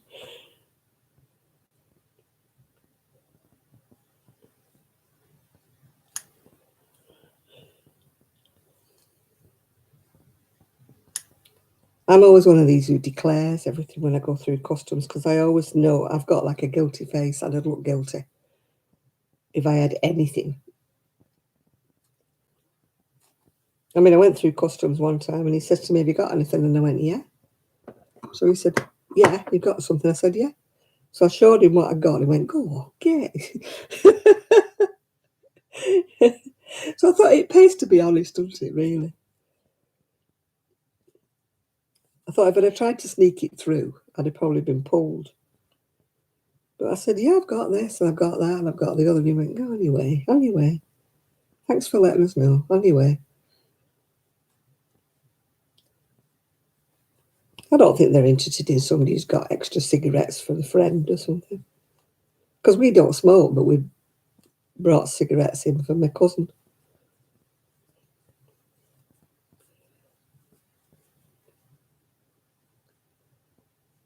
Yeah, if you watch these things about Australia, these Chinese, Vietnamese, or what they are, they're taking all sorts in. Have you got any food stuff? And they're saying no. And they open the suitcase and it's full of dried all sorts and seeds, food, dried all sorts of stuff. And you're thinking, how stupid can you be? Have you got any food? And they're saying no. Why do they think they can bring it in?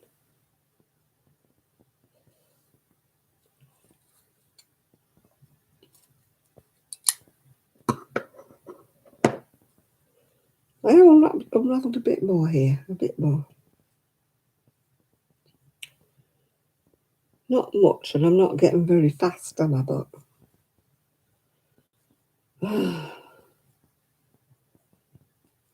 why did I think I would unravel this? Why did I ever?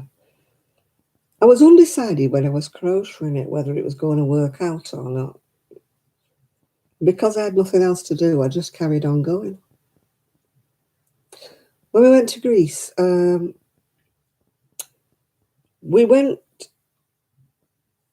met up with people when we got there because we went on a sailing holiday. We went to flotilla sailing when we went to Greece. We landed in Athens, and then we had this horrendous.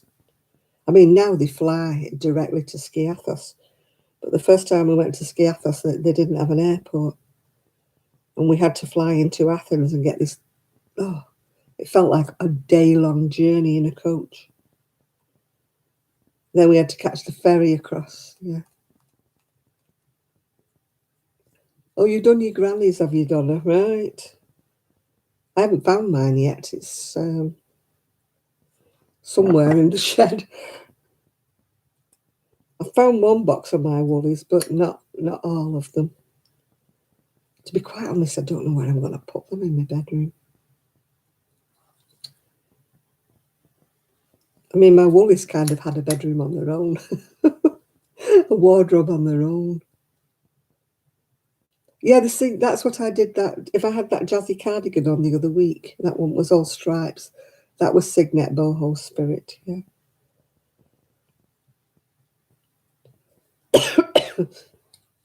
It's lovely stuff, but it doesn't have fluff up when it's washed.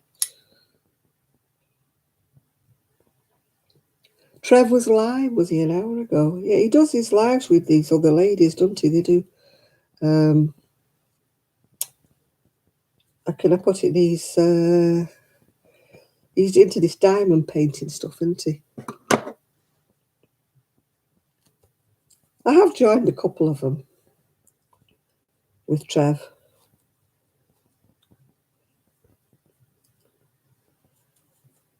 I love the colours of the Boho Spirit, but it washes rubbish. It balls up, fluffs up.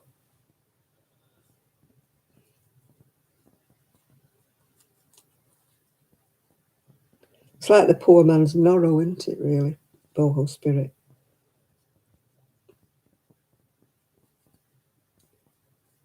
My friend gave me some Norro to make up for her one time I was crocheting for her. It was full of bits of twig and horrible.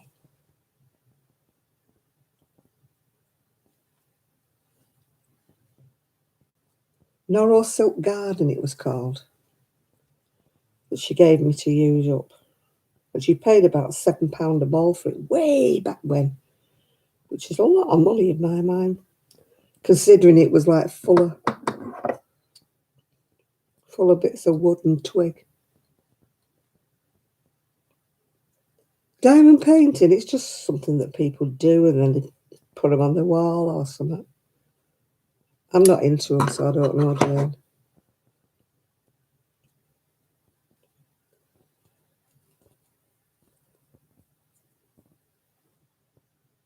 They just look like shiny pictures to me. Yeah, they like them or you don't, do you? But I don't like them, so I'm not interested in doing them. Some people get obsessed with them, don't they? They just make them all the time, and God knows what they do with them. I mean, you can't sell them, can you?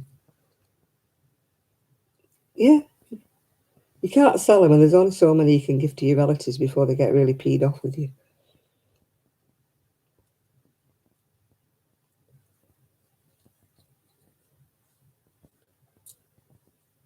I mean, there was a woman on, she was making these things, and she was going to give them to all her relatives for Christmas, and I thought, oh, whoopie do. Somebody gave me that for Christmas, I think, oh, thanks for no thanks. Don't bother. One of my friends in America kept threatening to send me one, and I kept saying, don't you dare. Don't dare send me one. So they'd be going to charity shop if you do. I'm not keeping it. Don't give me one.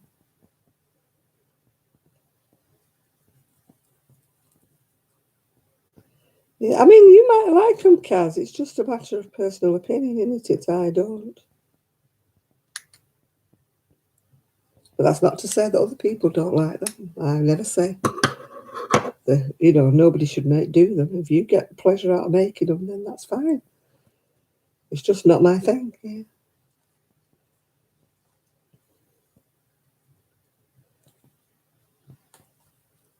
It's like blankets and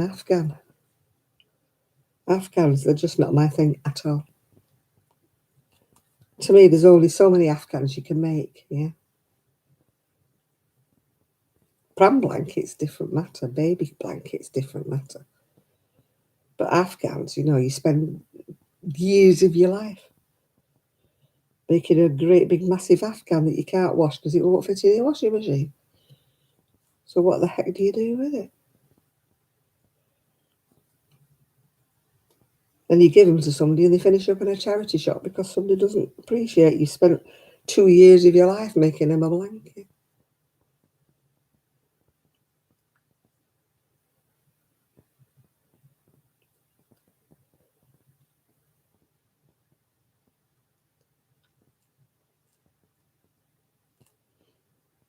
Oh, dearie me. I'm getting a bit further. Oh, darn it, I've dropped the ball.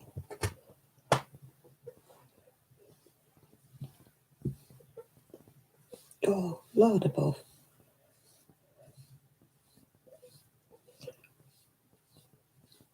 I dropped the ball. It's gone underneath the thing.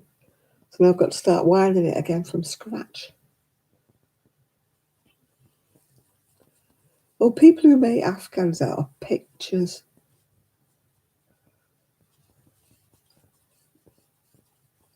Yeah, you see, I'm not into cross stitches either. Not into them. Now it was a tapestry, proper wool tapestry that was nice. I mean, I used to like embroidering like tablecloths or embroidered pillowcases and towels and things like that, but I don't want to cross stitch anything on my wall. It's just not me.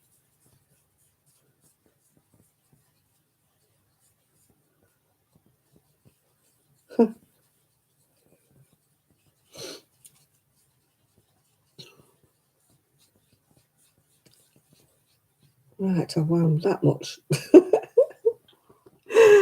That much in what, about half an hour or more?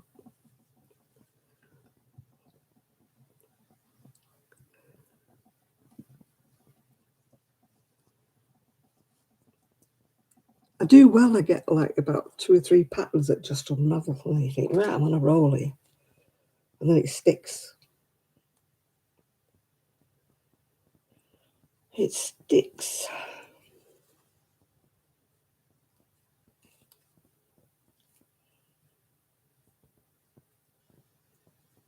Oh,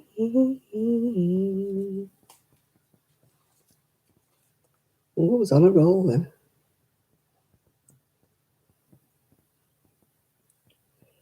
You see, I've never been into Elvis. I mean, yeah, he's this good singer and stuff like that, but I've never been besotted with him like some people are.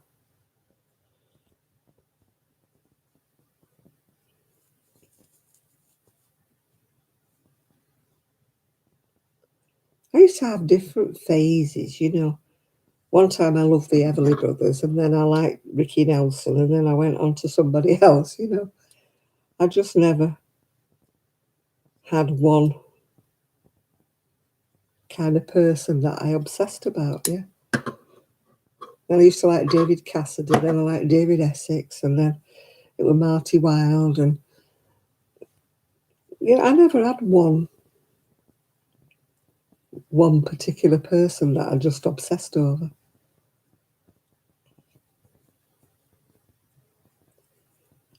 I mean, there was a time when I had a French pen friend, and I used to love Alain Delon, he was called. Um, I thought he was really, really handsome. David Bowie, I used to like his music, but I never liked him um, as a sort of to look at. Yeah, the same with Cliff. I mean, I used to like watching Cliff's films and that, but I was never besotted with him. I don't think I ever was besotted with anybody, to be quite honest. I never had posters on my wall. Not that my mother would have let me. My dad would have gone crazy if I'd have put sticky things on the wallpaper.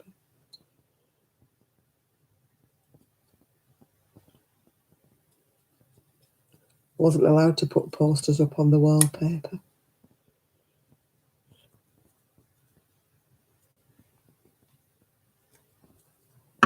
I don't know, maybe I was an oddity. Most people have crushes, don't they? No, I wasn't allowed to put them on the wallpaper. My dad would have gone mad. He didn't like wallpapering, so our wallpapering had to last for a long time.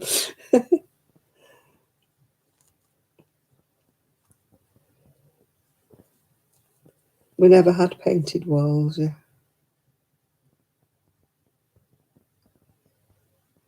What Willie Knits is it? There's Willie Knits and there's Cody. Just trying to think of all the people who knit. All the guys who knit.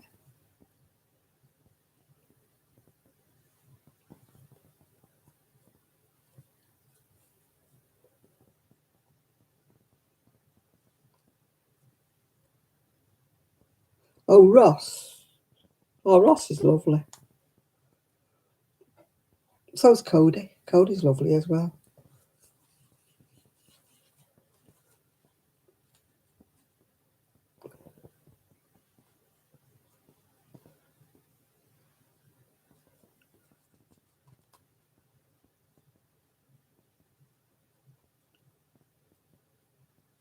Smells great guy.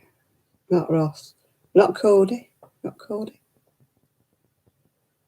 Spider, whatever he's called. Something Spider.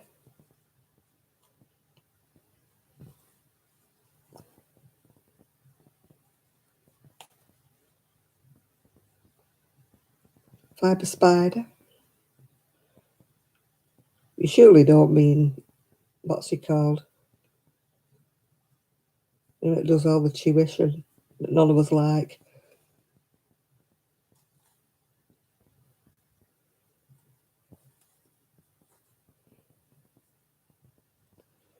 Yeah, there's, like I said, there's Willie Knits, isn't there? He does a lot of hats and stuff. Oh, Mikey. Yeah. We all love Mikey, don't we?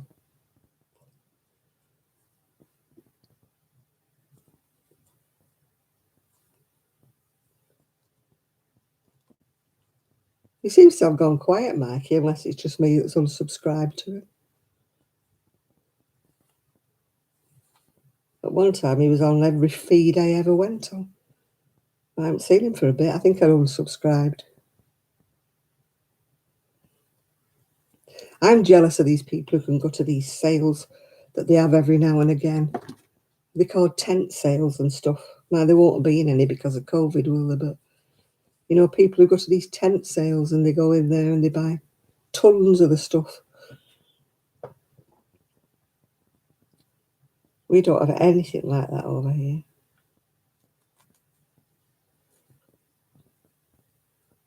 I think I've unsubscribed from him. I honestly do. He just got on my nerves.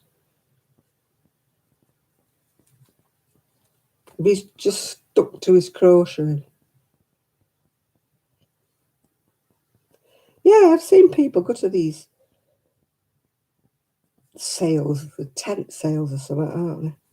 People travel miles, don't they, just to go to one, but they get all these bargains. You go in and it's like a big free-for-all, isn't it? And everything's so dear. I haven't watched The Secret Yarnery for a long time.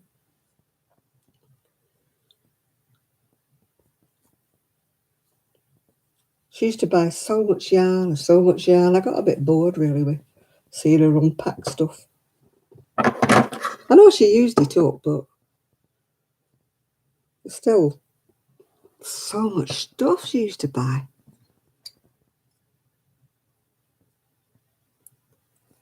I mean, I know she couldn't afford it, but I just felt it was like over the top. Yeah, I got bored with all the eyesalves. Yeah, Krista. It's just like too much. You know, when people are showing stuff every time. I mean, I got a bit bored with that other lady who buys a load of wool. I got a bit bored with her because it was just like, look what I bought, look what I bought, look what I bought. And I'm like, I don't really want to keep watching that. No, it smells great, Guy. I think it is. That other lady, I mean, she does some lovely patterns, the other lady, but I just got a bit bored with her keep buying wool, and showing it. I mean, she used to do loads and loads of giveaways and everything, but I just got a bit fed up. We keep watching her buying.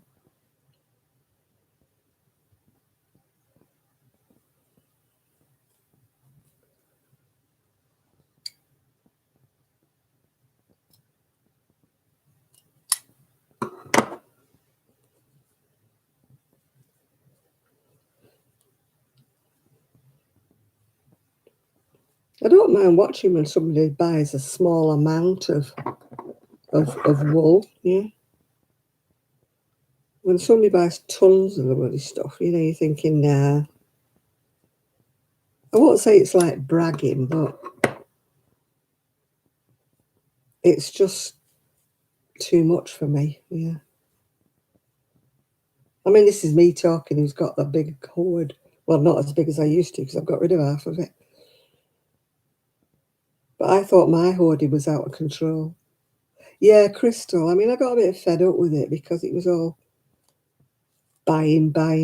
Yes, she used to do loads of giveaways and all that. I know that, but I just got fed up with it.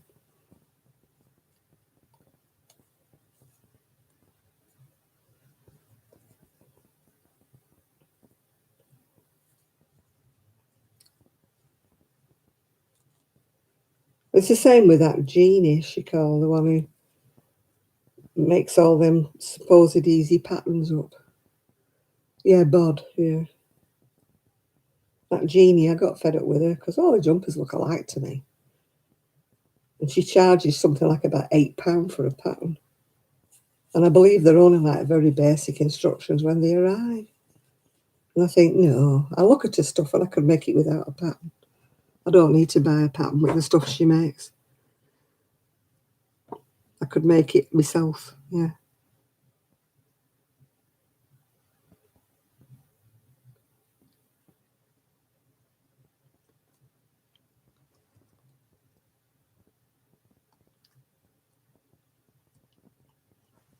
No, I haven't watched Bag a Day for a while.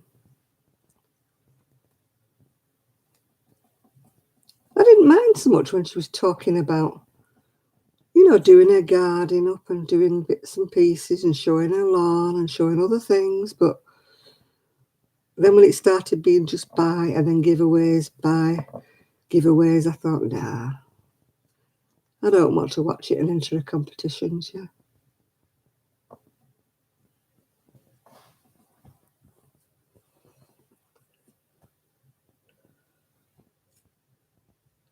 I don't like giveaways all the time, no. Because I don't want to enter. I don't want to enter a giveaway. I've got enough. And besides which, I'm not in the US and I wouldn't want anybody for me to win a giveaway, then they have to post it to me to the UK. So I won't even go there with a giveaway. Don't even bother entering.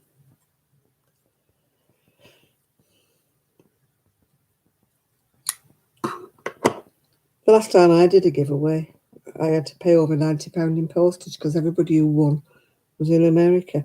And everybody who won, I'd never even heard of them. Only one or two people who won that I knew. So they'd obviously just joined because they heard I was having a giveaway. So I thought, I didn't know.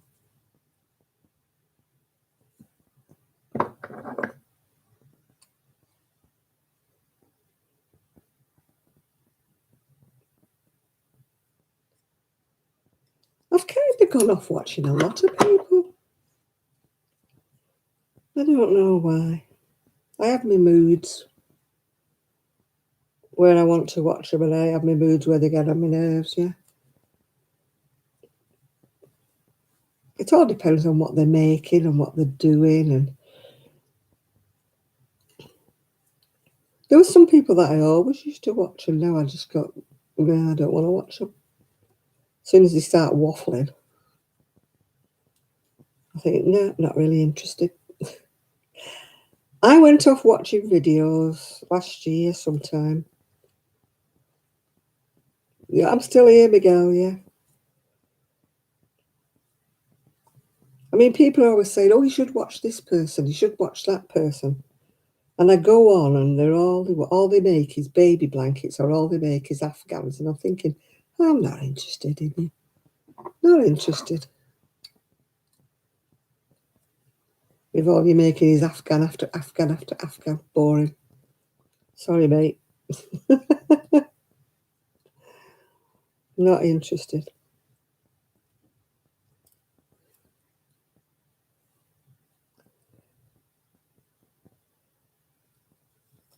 I like people who make garments because that's what I do.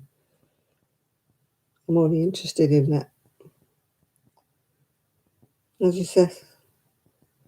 And when that corner to corner was all the rage, everybody and the cats was making corner to corner, corner to corner. I'm like, oh, God's sake, have you got no thoughts of your own? Can you not do something else? I have some hand-dyed yarn in the shed, only in sock quantities, but I am not making socks with it because it's too expensive. I paid too much for it, and it's beautiful, and I don't know what the heck I'm going to make with it. Because there's only so many scarves you can wear and so many shawls you can wear. But it's all hand wash only.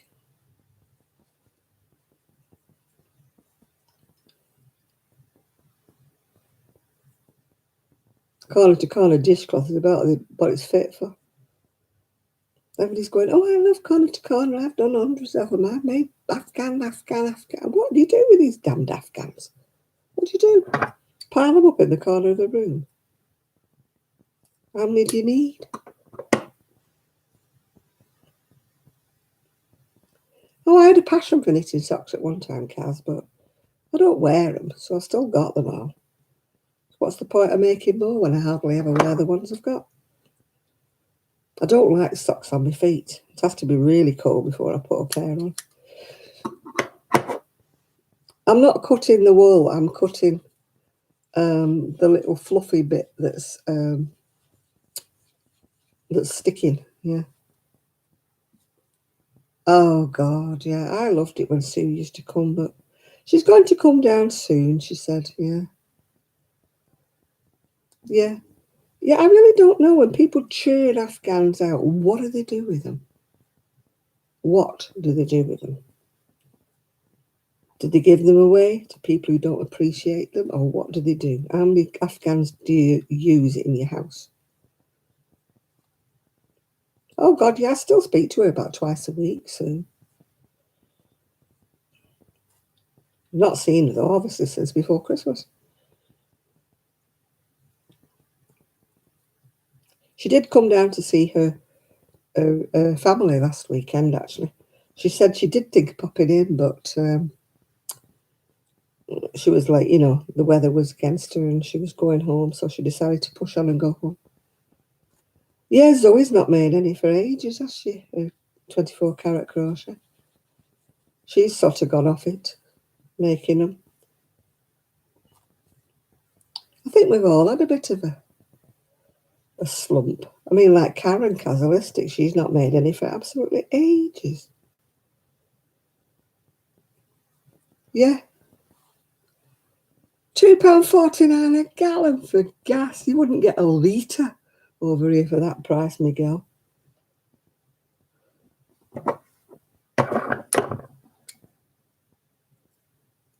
They don't even sell it in gallons over here because it would put people off the price.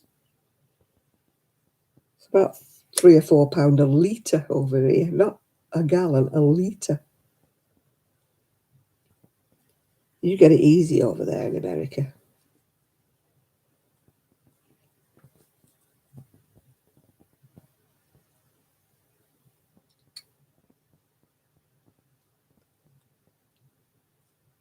Yeah, she does other things now, Karen. She's got her boyfriend, hasn't she? And he makes these decals.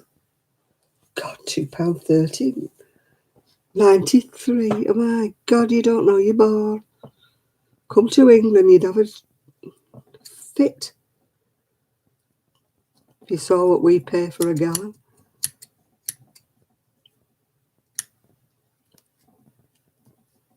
They don't even sell it in gallons, it's in litres. What's a litre? 2 pints. Don't know how many litres is in a gallon. There's a lot.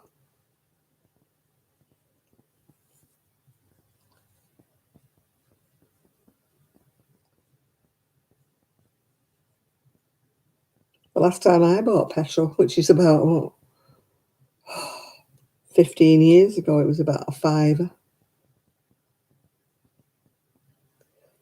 £1.79 a litre. Is that how much it is? I thought it was more than that, Cass. There you go.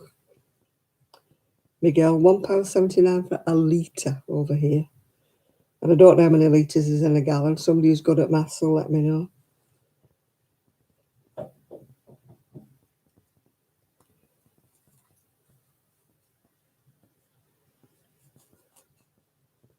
I'm no good at maths. Never was, never will be.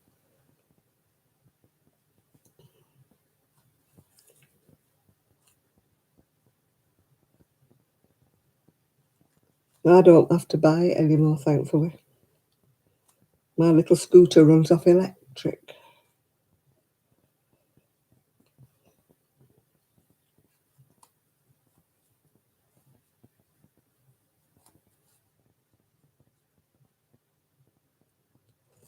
Well, they do that, don't they, to tempt you in? That's why the supermarkets always charge less, Kaz, because they want you to go in there and buy food from them, as well as buying your petrol. If you go to an independent garage, it's always much more expensive, because they don't get the discounts that these big supermarkets get. It's hard on independent garages. Unless they are somewhere where there isn't a supermarket nearby and the locals use them.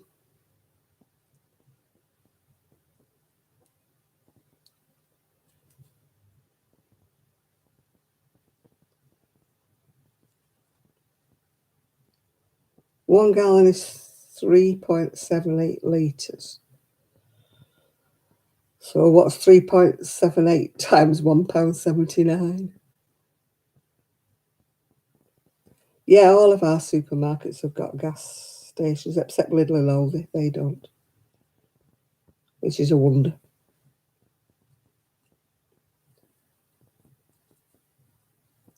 Oh, you've been fishing. There you go. Oh, Shad's gone, hasn't he? You put argan oil.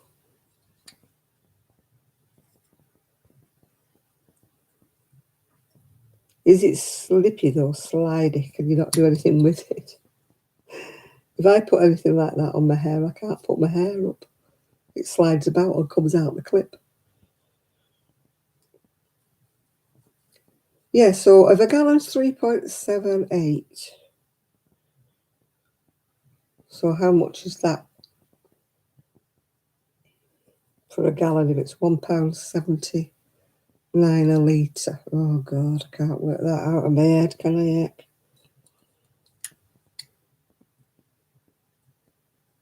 Can't do that. Anybody got a calculator?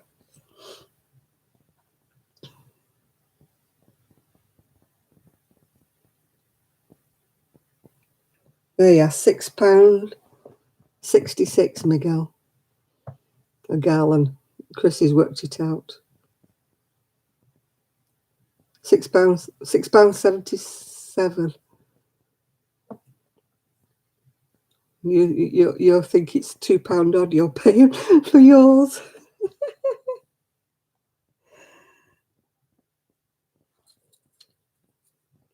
Think how lucky you are, Miguel. You don't live over here.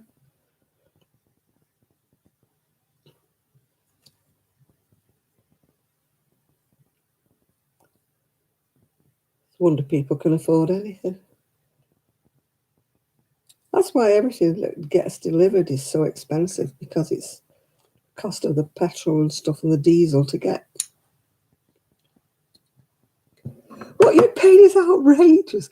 What you pay, people would snap your hand off over here. You've seen what Chris has worked it out at? £6.77 a gallon. And you're paying £2 odd and you think you're being overcharged.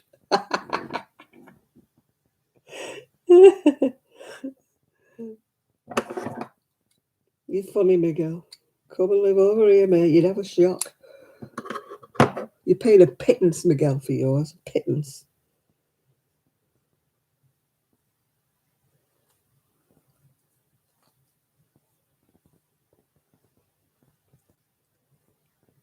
You don't know how lucky you are, Miguel, with what you pay for stuff. Yeah, you'd have had a heart attack if you'd have put a gallon of petrol in over here.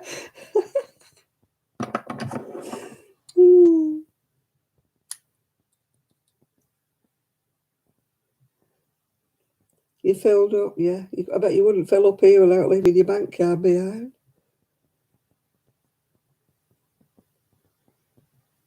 Oh, God, you're so lucky in America. $3.69 a gallon. Look how much. That's why we have small cars in England. Fuel consumption. Gas guzzlers, my dad used to call them. Big cars, gas guzzlers. My son had an American car one time. It used to cost him a gallon to get out the drive.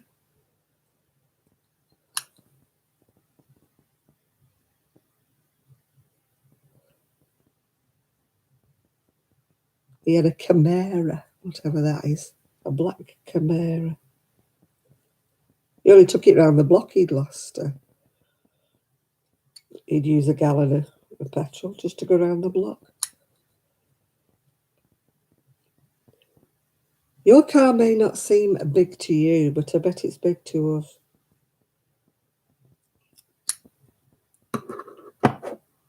Our cars are like mini cars, little cars, tiny cars.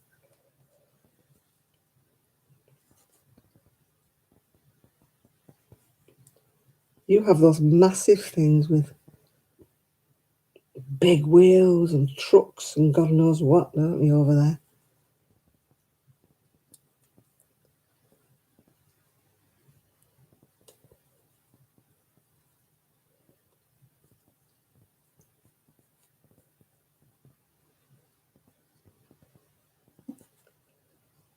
It's unravelling a bit. I'm getting better.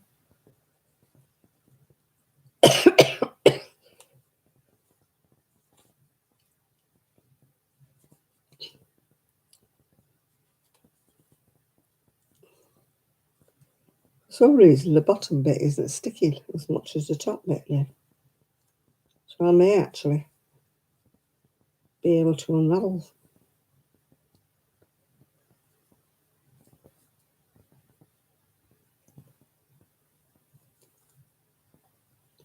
Yeah, most of our cars are small by American standards, yeah.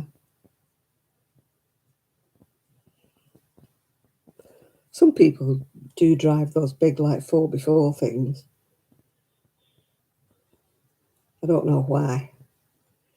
My son got one because he used to tow a caravan, but it cost him that much in petrol, he had to get shut of it.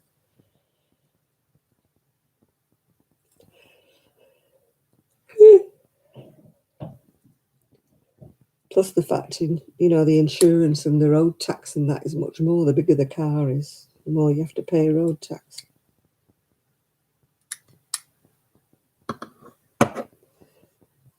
We also have concessions over here for like zero, what do they call it? What they test? Emissions, yeah. If you have a zero emission car, your road tax drops down a heck of a lot. I don't know whether you're hot on it over there in America, but they are over here. They test you. When you go for a test, they test your emissions from your exhaust.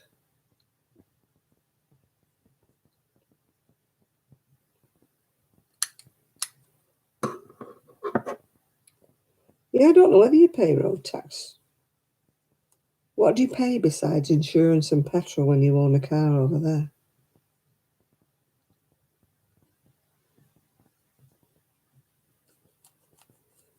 We have to pay a road tax, which is quite expensive actually, considering they don't use it to do the roads up.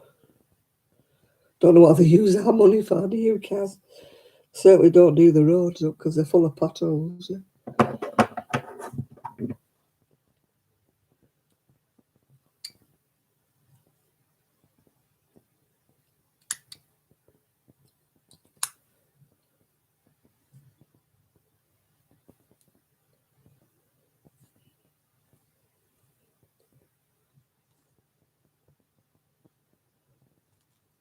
Sue's always had minis until recently, until she moved to Scotland.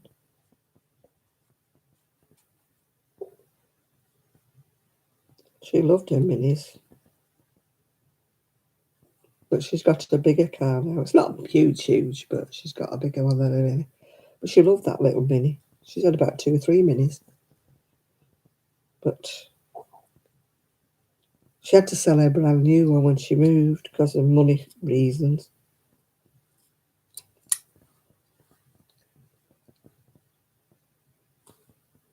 License plate renewals.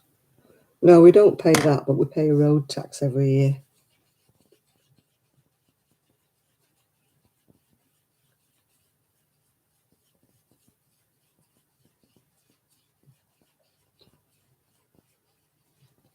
We pay for insurance and then we pay a road tax.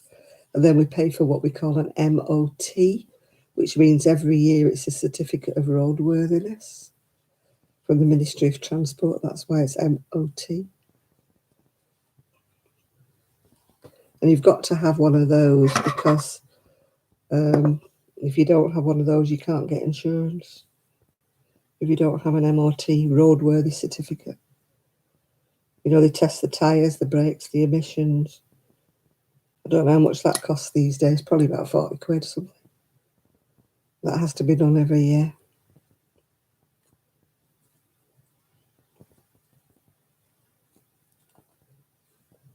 But after you've paid that, I mean, you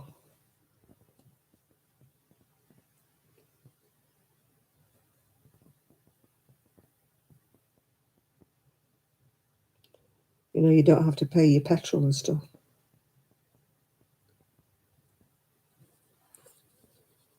We don't have many toll bridges over here, or toll motorways, thank goodness. We've got congestion charge if you go into London. They charge you a phenomenal amount every time you go into London. Every time your registration gets clocked. If you go into inner London. Hi, Amanda. It costs us a fortune to drive into London or through London. They tried to do it in Manchester, but we vetoed it. We said no to it. It would have meant every time you drove anywhere near Manchester City, you'd have to pay. I mean, it would have made so much extra cost on anything that was being delivered. So the people of Manchester said no to it. London was trying to force us to do it, but the mayor of Manchester voted no. It would have brought a lot of extra revenue in, but put a lot of people's back up, yeah.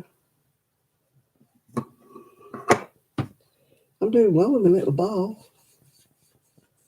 I've not had to cut it since I started.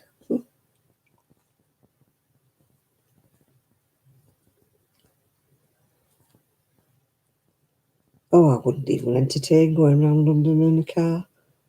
It's bad enough when I used to have to walk or get a bus or the tram, the underground. I would never, ever take a car into London. Well, I don't drive anymore now. Oh, you saw my she shed. I'm hoping to get in there tomorrow, actually, to get in my she shed and do a bit of something or other. Then maybe I'll have something to show people on a video when I get something sorted in there. At the moment, it's just a mass of black plastic bin bags. So,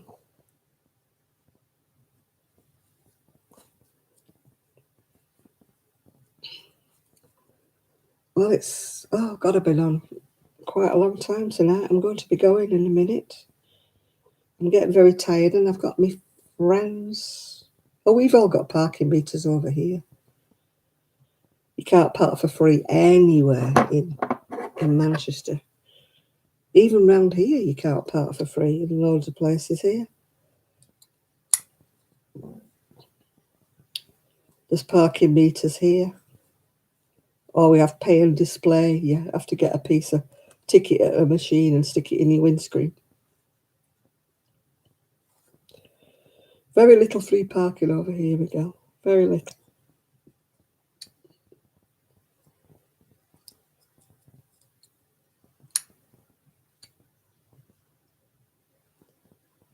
Well, over here in the stores, you're only allowed to park for so long in a supermarket. Over here, if you park any longer, you get charged, because people used to, park the car in a supermarket car park and then go off somewhere, because it used to be all free, but now it's a limit of, I think it's 2 hours or something. Yeah, hospital car parks you've got to pay for over here. None of that is free. Yeah, and I think it's unfair that the nurses and that have to pay. I think they should have special concessions for the nurses and the doctors. Because it's not even the hospital who gets the money. You wouldn't mind so much if the money from the car parks at the hospital went to the hospital, but no. Oh, they can find a way to do that, Chris, they will. Will charge us for breathing.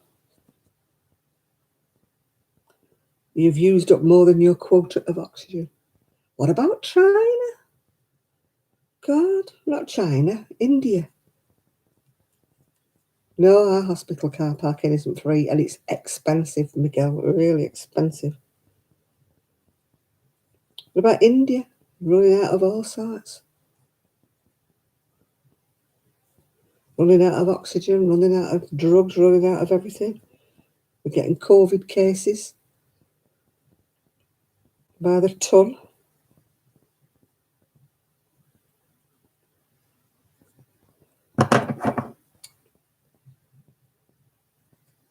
India won't be the most populated place in the world soon if it carries on. Oh. All these funeral pyres and stuff. Hey.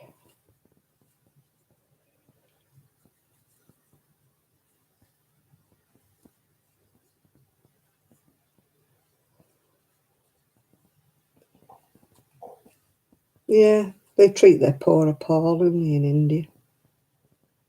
There's the very rich in India, and then there's the poverty-struck, and there's nothing in between. But we've got no room to talk. I mean, God, there's very poor people in our country. It's inequalities. And it'll never be equal. Because even if you made everybody equal, then within about a week, there wouldn't be any more.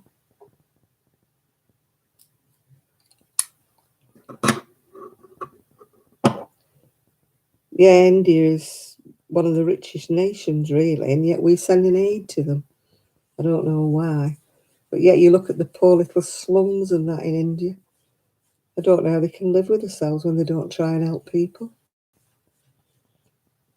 Oh, yeah, they've always got money to war weapons and war and stuff like that, but they haven't got money to feed their kids.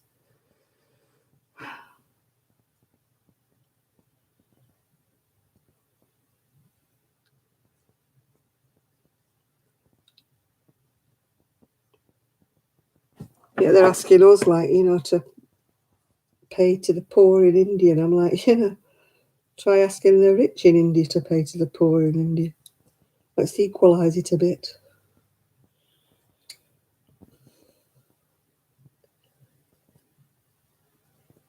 I mean, goodness knows there's so many poor people in the UK. All because of COVID and losing jobs. And because they're losing jobs, they're losing their houses and stuff like that.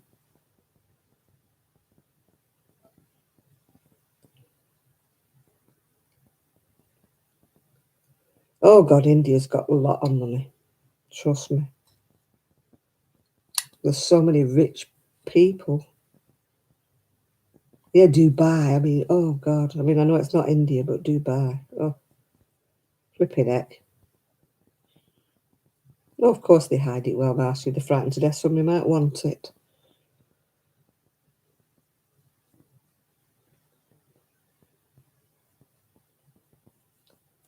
There's always hidden money in countries. What am I sewing? I'm unpicking, actually. I'm unpicking and it's mohair and it's sticking together. Oh, God, yeah, the rich made their money from poor people, but they're not going to admit that, are they? The rich don't get their money by getting their hands dirty, do they, heck? And once you're rich, you see you make more money and you make more money off your riches, don't you? Could be Saudi Arabia that's the richest, or it could be Dubai, who knows? But they're both rich countries. Bet they don't part with it, though.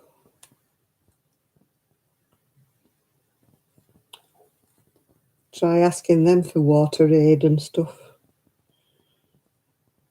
They ask us, poor nation. Britain without much money, they ask us, don't they? Well, if you've never worked with mower, I wouldn't rush. It's all right unless you go wrong, Miguel. And if you go wrong or you decide you don't like what you're doing, which I did, it didn't go wrong. I just didn't like what I was doing. It sticks together like glue. and it's a besom to undo.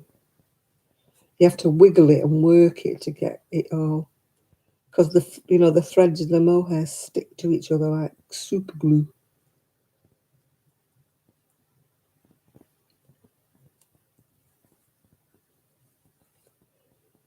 Oh, some people have so much money,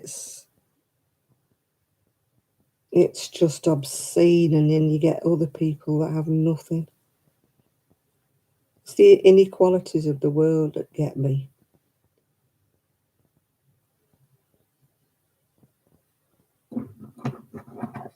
You thought Chris was the richest? Oh yeah. Chris is loaded, aren't you, Chris? He's about as loaded as me. I'll never be rich.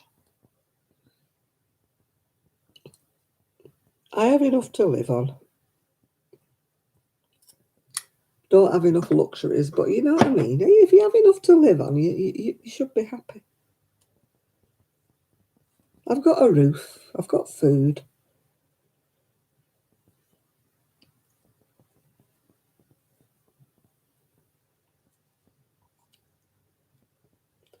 Good health is optional with me, but you know, I just think, well, I've got so much more. When I start feeling sorry for myself, because we all have days like that, don't we? We always have a why me day. Everybody does. I don't care who you are. You always have a why me. And then I try to count my blessings and think, well, you've got this, you've got that, you've got the other. So many people would love to be you. You know, I won't say I've had nothing, but I've always been adequate, Kaz, is what I call it. You know, I'm above the breadline, if you're with me, but not above the breadline. I've never been in a position where I've never known where my next penny's coming from, you know. I've always had something. I've had periods in my life where I've been sort of broke, you know, living on next to nothing, living on baked potatoes all week, you know, because I couldn't afford anything else. But, you know, I've always been able to feed myself, even though it's never been what I wanted, yeah. Yeah, I mean, I'm not well off by any stretch of the imagination, but compared to somebody who's like living in a slum somewhere without running water and a toilet, they probably think I'm wealthy. It's all relative, isn't it? You know, if I had absolutely nothing and somebody, you know, I mean, I don't have a car, I don't have anything like that.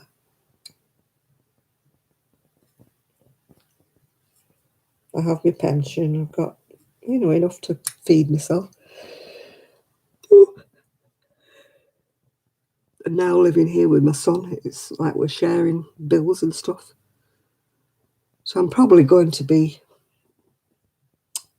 a little bit better off financially than I've been in a long time. That's why I had to do crocheting, because it was a struggle for me. You know,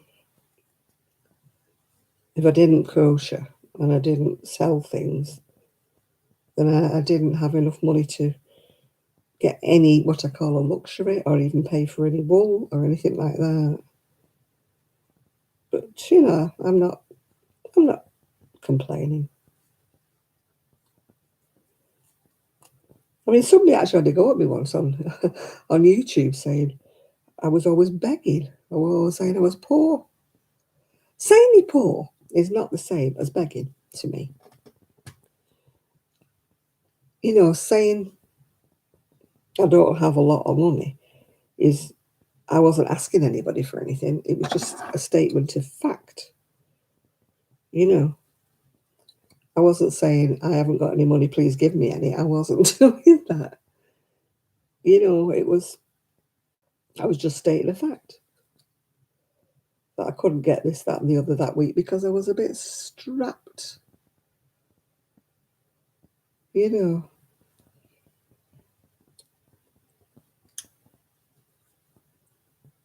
But I've never begged. Never begged for anything like some people do. I mean, we all know some people's videos. It's beg, beg, beg, beg, beg, innit? Yeah. Gimme, gimme, gimme.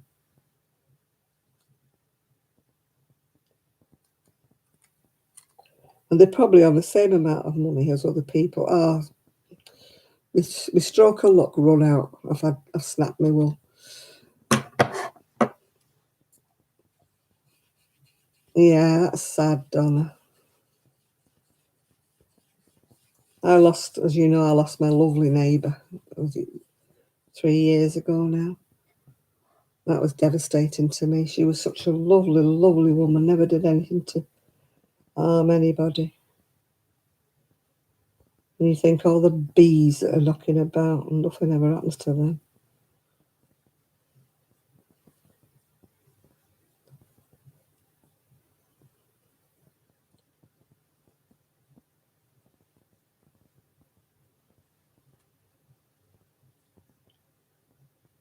Oh gosh, Kaz, so do I. Don't worry about it.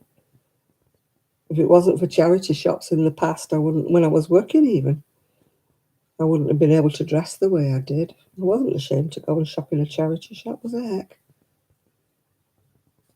Well, I am if you count a pension. I'm on a benefit.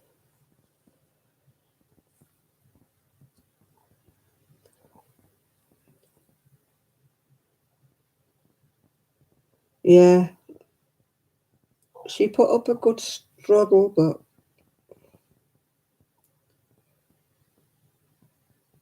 oh my God, Prince Harry, good God. It's about time he was living. Just sponging off everybody. You don't want to be part of the royal family. Well, tough bunnies, Harry. Get yourself a job.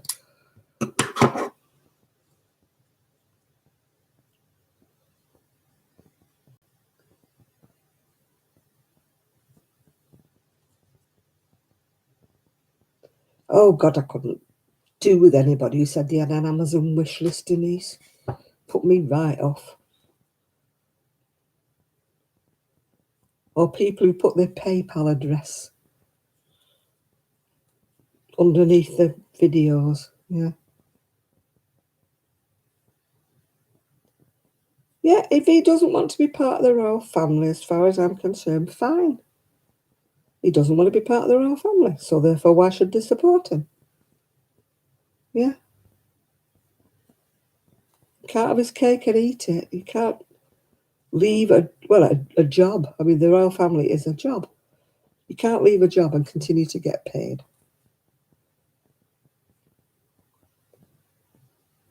I'd love to have been a fly on the wall when he came back for Prince Philip's funeral.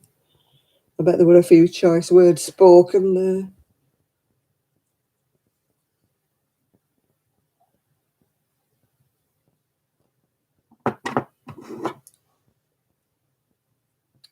I used to like Prince Harry, but the way he's behaving now, I just want to give him a slap.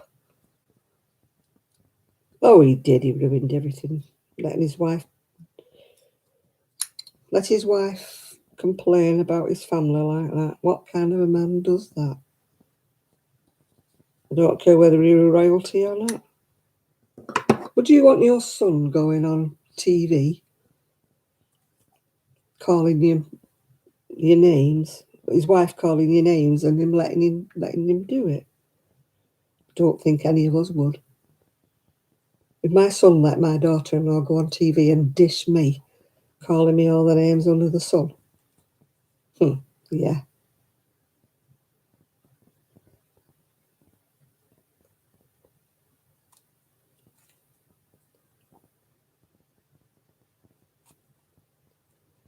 Yeah, it's just wrong. It's wrong. You don't call your husband's family and your husband agrees with you.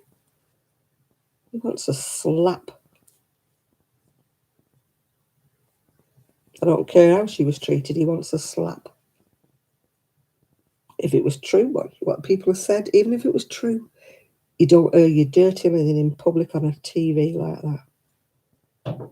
I don't believe for 1 minute it was true, but still, I think she's just a spoiled little bitch. And that's my opinion. I used to think she was all right at first, but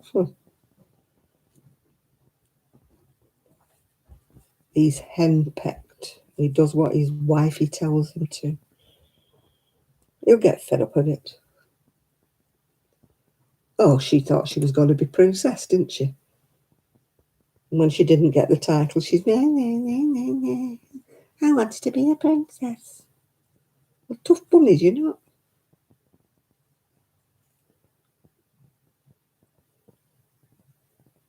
My son doesn't have a title. No, he doesn't get one because nobody else does.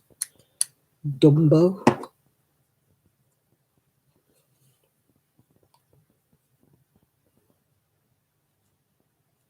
He wasn't entitled. She doesn't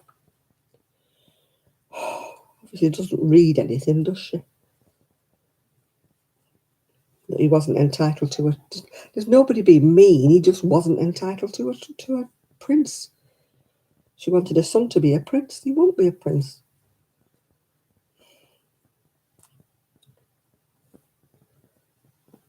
The only one that are princes are direct heirs to the throne, which is William's kids.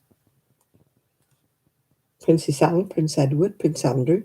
Her kids are not princes.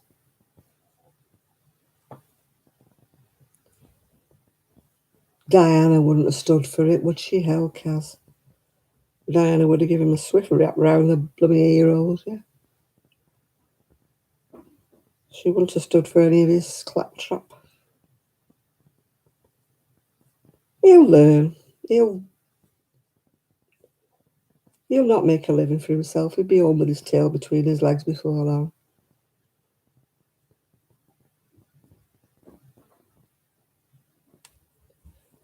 If Harry leaves her and comes home, I mean, I don't know what he'd come home to.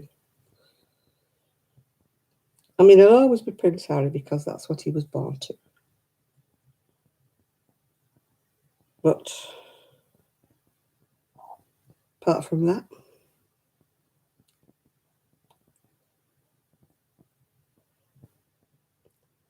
he should have stopped in the forces. And, I mean, she's made him give up all his friends. He's got no friends. He's got no titles. He's not even anything to do with the forces anymore. It's all stopped. So he's given up everything for her and she's given up nothing for him.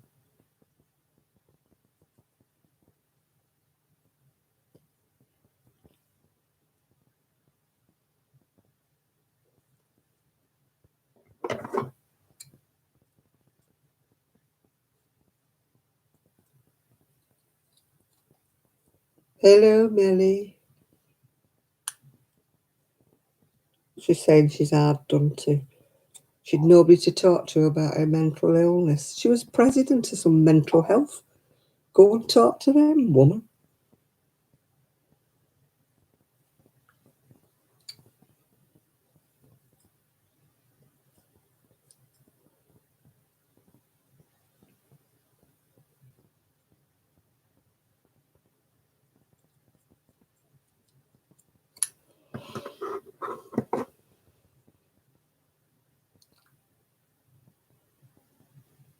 Oh my gosh, earlier on, Millie, honestly. I kept getting buffering and all sorts.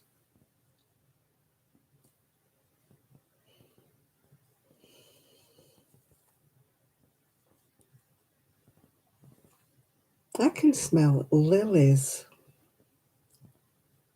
And I'm not even wearing perfume. There's no air fresheners in the room. I'm getting a very, very strong smell of lilies. We were chatting about all sorts of things and then we got onto Prince Harry, so I don't know what we're talking about at the moment. We cover a lot of things in here, Melly. I don't know where the smell's coming from. It's really, really strong.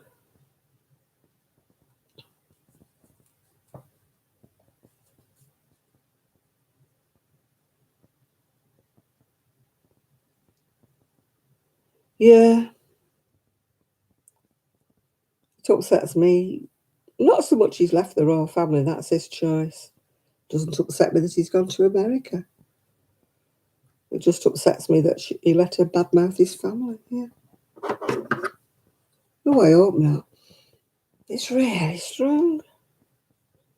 I don't particularly like lilies either, but it's a really strong smell of lilies.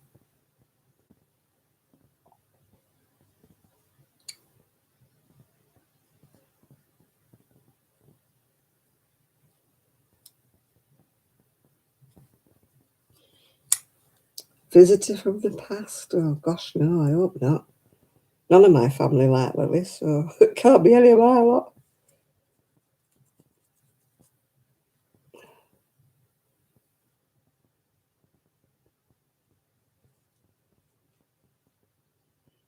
It's so strong. Instead of fading, it's getting stronger.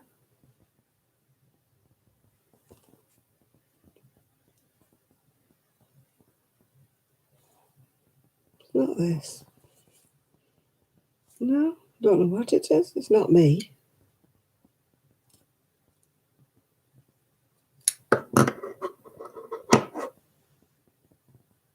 No, they're in bed. Melly, they're in bed with son and daughter-in-law. They're upstairs in bed. It's weird. I don't know. Maybe it is that salt candle.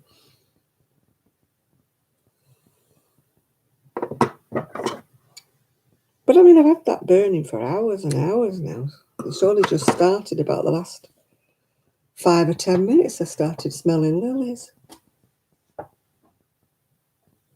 And I just don't know why.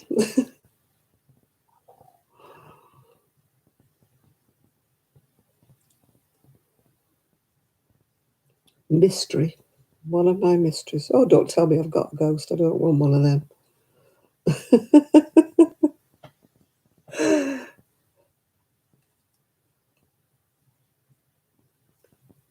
I don't think we've got any ghosts.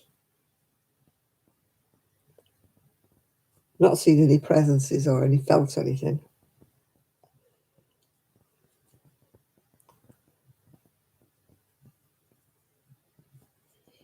No, it's just strange how I'm suddenly getting this smell. There's probably a logical explanation for it.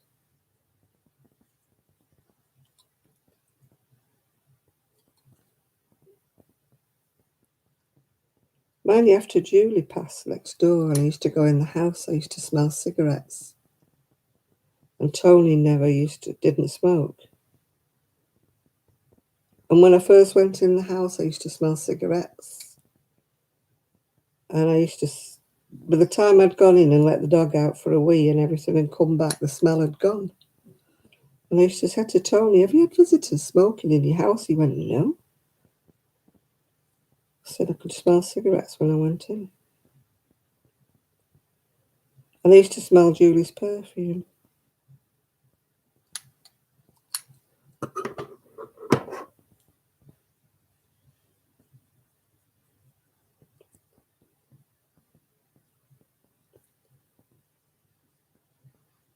Yeah.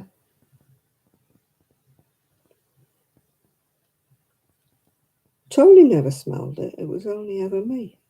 No, that was, Tony was a partner.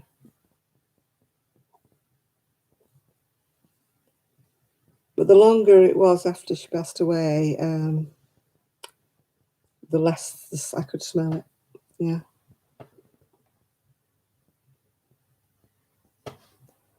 It was only just after she just passed I could smell it all.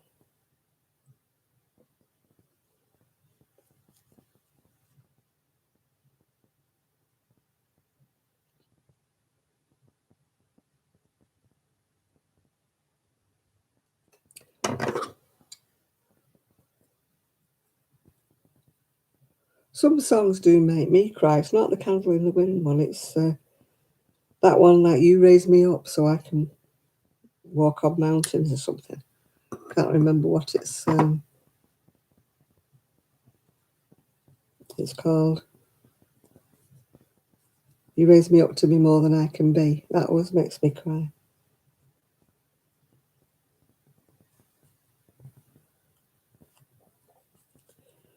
Ah!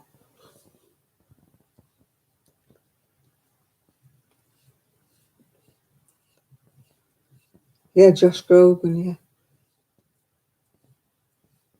a few songs that sort of make you go all teary-eyed, isn't it? Yeah.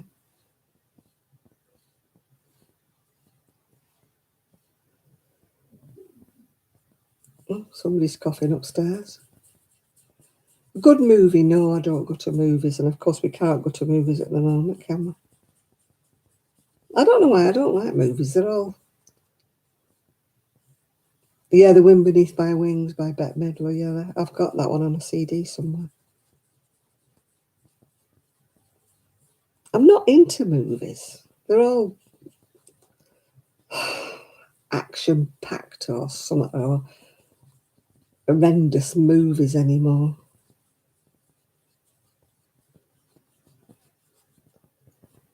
They're not nice movies anymore. I guess I just like schmaltzy, cheesy movies or whatever. I like song and dance movies or movies with happy endings. I don't like all this where they frighten you out your skin when they open the door. Somebody's going at you.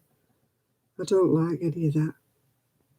And I certainly don't like fighting films and futuristic fighting films and stuff like that. I just don't like all that sort of stuff. So I'd rather not watch a movie.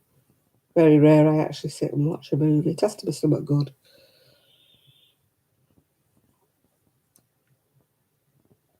I'd rather watch things like Bugsy Malone, you know, the one with the kids.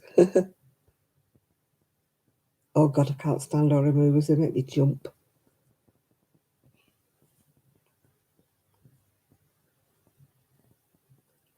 I'd rather watch things like Mrs. Doubtfire and stuff like that.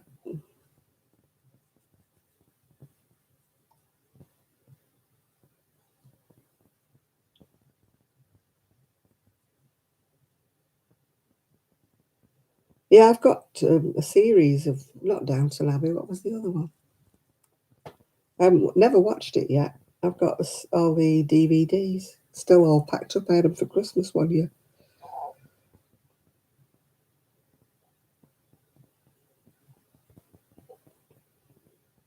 It's gone now. It's sort of gone. It's nearly faded now.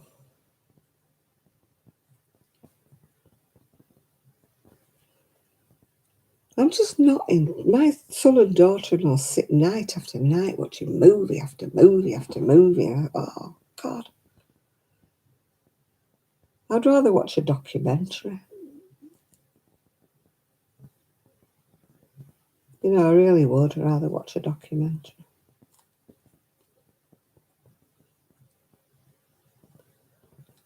You know, something about trains or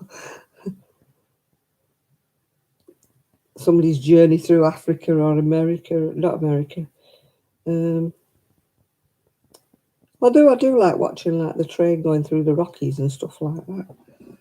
I just don't, I'm just not a movie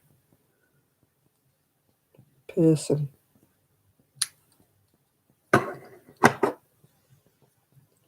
I don't mind a good serial like on the TV, if it's got a good plot, yeah. But I'm just not into movies at all. Can't tell you the last time I went to a cinema. I think the last time I went, it was The Lion, the Witch and the Wardrobe. Or whatever it was called.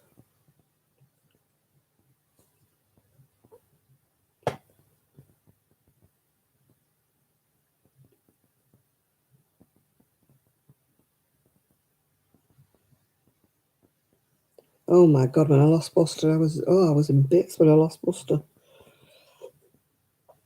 I can still cry over Buster if I think about him.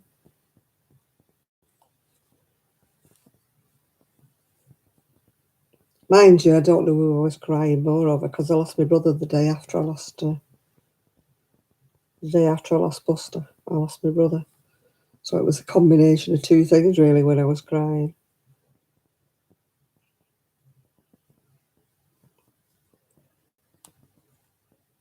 Yeah, my brother rung me up to say how sorry he was about Buster, and then he died at 1 o'clock in the morning. Kind of the same day, if you like, but in the morning. So it was a really, really traumatic time, that was.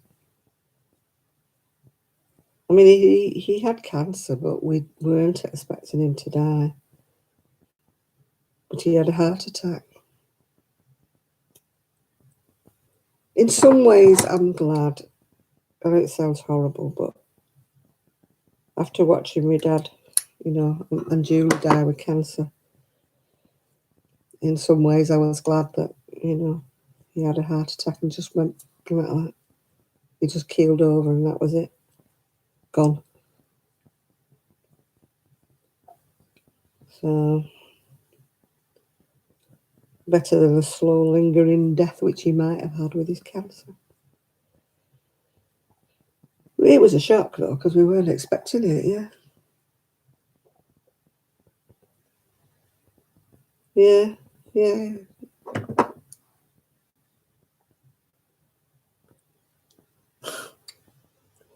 You mentioned that rosy wrap one more time, I'll wrap it around your neck and pull it tight, Miguel.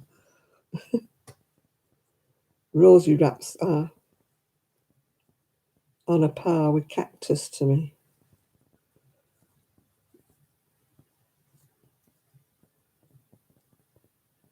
Yeah, well, I'm going now anyway. It's nearly 2 o'clock, would you believe? And I've got, hopefully, a friend coming tomorrow, so I don't want to stay in bed late. Cactus. I'll make Miguel wear a rosy wrap with pom-poms on it if he doesn't behave. I'll send him a gift of a box full of pom-poms. Right, I am going now. I'm getting tired now, and it's what? Almost 2 o'clock here in the morning, so time I went to bed. Thanks, Donna. Yeah. I've almost finished unravelling what I was unravelling, even though I did have to break it and I didn't want to. So, cactus rosy wrap. He's having a pom-pom rosy wrap, I tell you. Wrap round his throat. He won't be bothered about his bad shoulder then. I'll give him something else to think of, like choking him. Yeah, it's good to live far away, Miguel. Righty-ho. Right, people, thank you for staying with me after my misfortunes with YouTube earlier on. So I shall, you're curious to see Nomad Land. All right.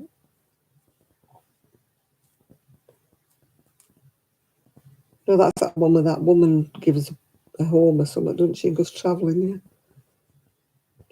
Right, I'm going to go. So good night, everybody, and thank you for your company. And I'm going now, so bye-bye, and I'll see you all next week. Bye-bye.